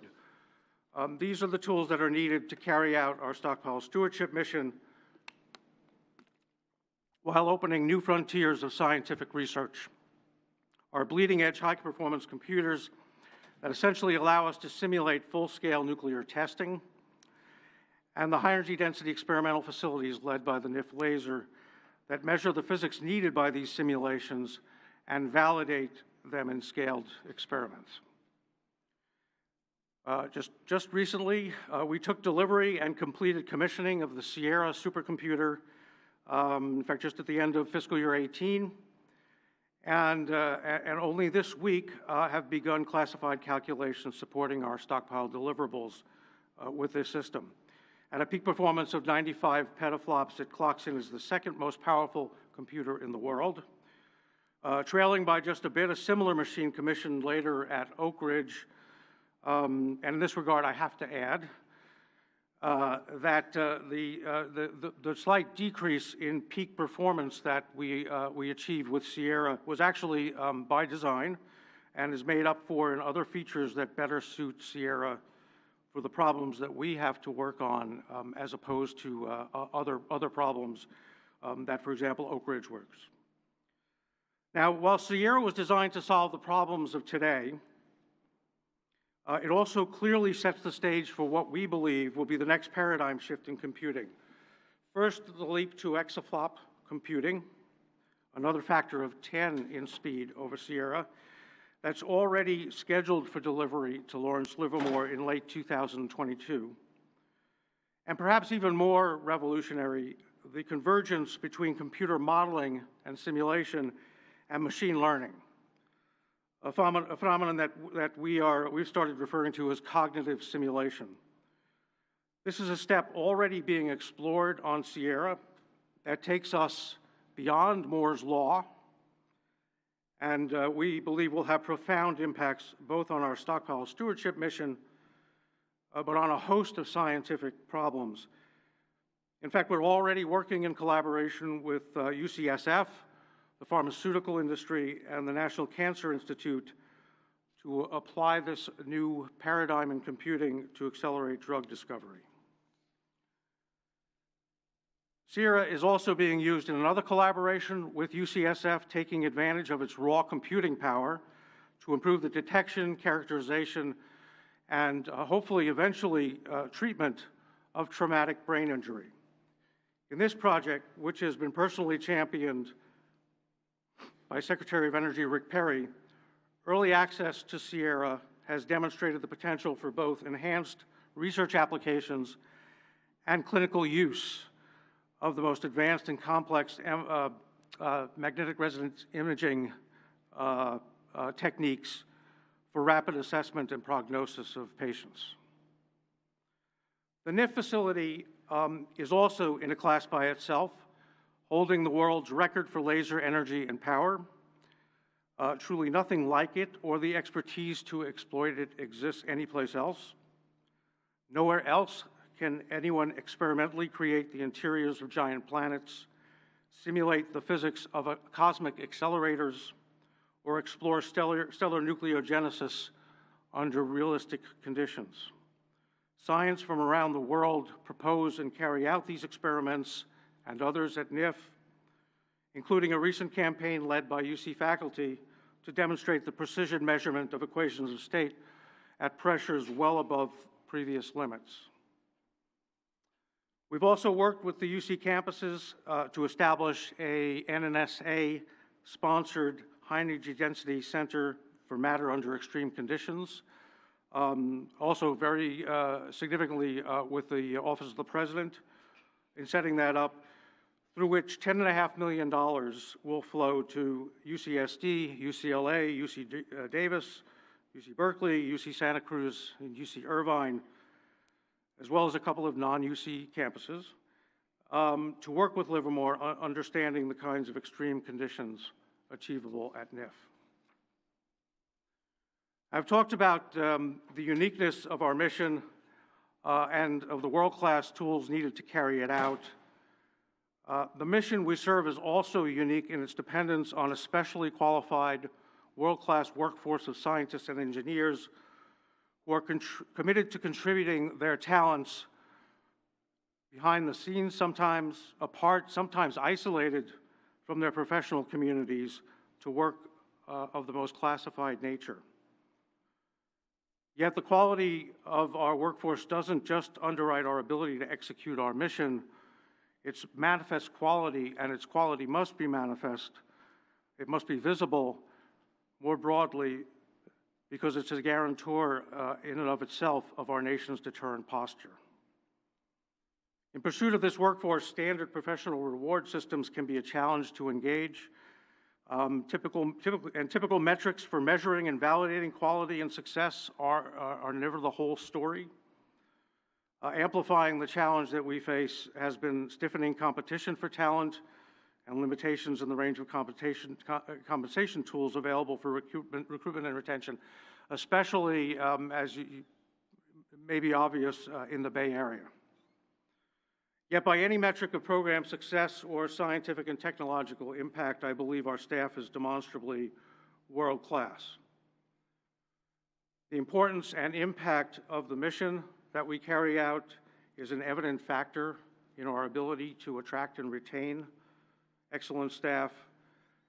But in and of itself, it also obviously has its limits. We have to remember that we're responsible primarily for the effectiveness of things most everyone agrees must never be used, which is not the most compelling selling point in some cases. Providing a breadth of opportunities for professional growth, recognition, and accomplishment is clearly important, as is the ability to contribute to the professional community and opportunities for our staff to be entrepreneurial and to participate in technology transfer activities. It's also important to maintain a role for scientific and engineering grand challenges and smaller scale exploratory work that enables staff to perform research and development at the cutting edge of their disciplines towards high-risk, high-reward game changers. It's difficult to overstate the value of this aspect of the laboratory, which both generates the seed corn for solving future problems and is a huge magnet for talent. But culture and atmosphere also contribute to our value statement for science and technology professionals. Intellectual freedom and the ability to explore new ideas and a culture that encourages taking risks and even failing are important. And I must say the university is not due an inconsiderable share of the credit for our success with our workforce. Fully 21% of Livermore staff have their highest degrees from UC campuses. 55% of our graduate scholars, so our graduate students at the laboratory, are from UC campuses. And 21% of our postdocs have UC PhDs. In addition, 62% of Livermore publications are co-authored with UC faculty and staff, and more than a third of our university collaborations are with UC faculty.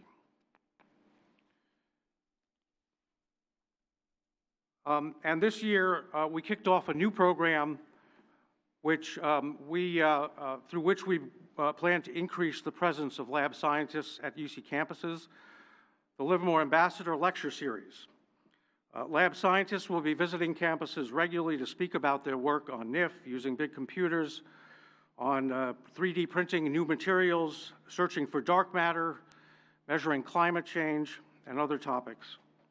And I wanted to highlight just a couple of the people who will be part of this, just to give you an idea of some of the people, a couple of the people at the lab. I've highlighted above there Tammy Ma, who's a leader of our X-ray analysis group in NIF. Tammy grew up in Fremont. She attended our Science on Saturday series, which is a specialty of the lab that we've been sponsoring for the last couple of decades, in fact. Her bachelor's degree is from Caltech, but her master's and PhD are from UC San Diego. She was a Livermore postdoc, became a scientist in 2012, a recipient of a Presidential Early Career Award in 2016, a recipient of the American Physical Society's Thomas H. Stix Award in 2016, and just this year has won a Department of Energy Office of Science Early Career Award. Ben Santer joined the laboratory in 1992 in our program for climate model diagnostics and comparison, and is a pioneer in the development of climate fingerprinting an approach that has clearly distinguished anthropogenic climate change from natural variability. Ben served as convening lead author of the Climate Change Detection and Attribution chapter of the 1995 IPCC report.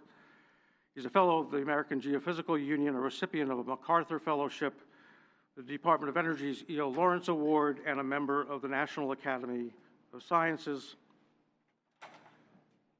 And it wouldn't do for me to talk about the uniqueness of the staff without noting this year's Nobel Prize in Physics, which went to self-described laser jock Donna Strickland, who worked at the lab in 1992 and 93, and is only the third woman physics laureate in history. She and her graduate thesis mentor, Gerard Mourou, were recognized this year for inventing a process called chirp pulse amplification, a technique for amplifying the highest intensity, shortest laser pulses. Her work at Livermore contributed to the lab's first demonstration of this technique at the petawatt level, at the very highest level that's been demonstrated in 1996. And we used this technique over the last several years and to deliver just this year the world's highest average power petawatt laser system called HAPLS to the Eli Beamlines project in the Czech Republic in Prague. And actually, I also, just to round out a picture of some of the people at the lab, I want to raise this just because I've been getting daily updates on this. We also send people around the world to work in places, sometimes not the safest places in the world. This is just a demonstration of the commitment of these people to further threat reduction and security around the world. So we have people right now in Adana, Turkey, which is in the south east of Turkey, training Syrian white helmets. These are first responders in Syria who are sponsored by the Syrian American Medical Association, training them to collect and preserve chain of custody and things like that, samples that may point to the use of chemical weapons. They're actually there all this week, and we receive updates daily about their progress and to make sure that things are going well. Again, just another example of the kind of commitment and consequences that our people have. I'll close by noting that as important as it is for us to recruit and retain the best people, I mentioned that it's also important for our people to enjoy what they're doing. And we won't be able to do that unless we bring value to their lives. This is a part of the equation that we've been focused on, particularly over the last several years. This year, we were very pleased and we're all very proud to be listed as one of Glassdoor's Employees' Choice employers, and actually ranking very, very highly, representing, we believe, the way that people look at the laboratory as an employer of choice. So I don't know if you can see the numbers up there. We were actually ranked as the #1 government or government contractor employer in the nation. We were ranked as the #1 laboratory employer in the nation. We were the #6 U.S. large employer in the Bay Area. And I think, as you can see there, on the top 100 list of corporations, ranked number 24 by Glassdoor as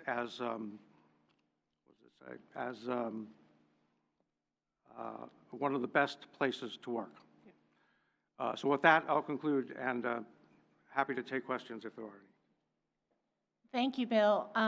Any members of the committee have any questions or comments? I just want to say how enormously proud I was to represent Livermore in my congressional district for my 7 terms in Congress, and it's wonderful to be affiliated again through the University of California Board of Regents. So congratulations on all of these very fabulous and laudatory, across the board achievements that you have that are, just a significant effort by so many people to deliver the best national security, the best science, but also to be a great place to work.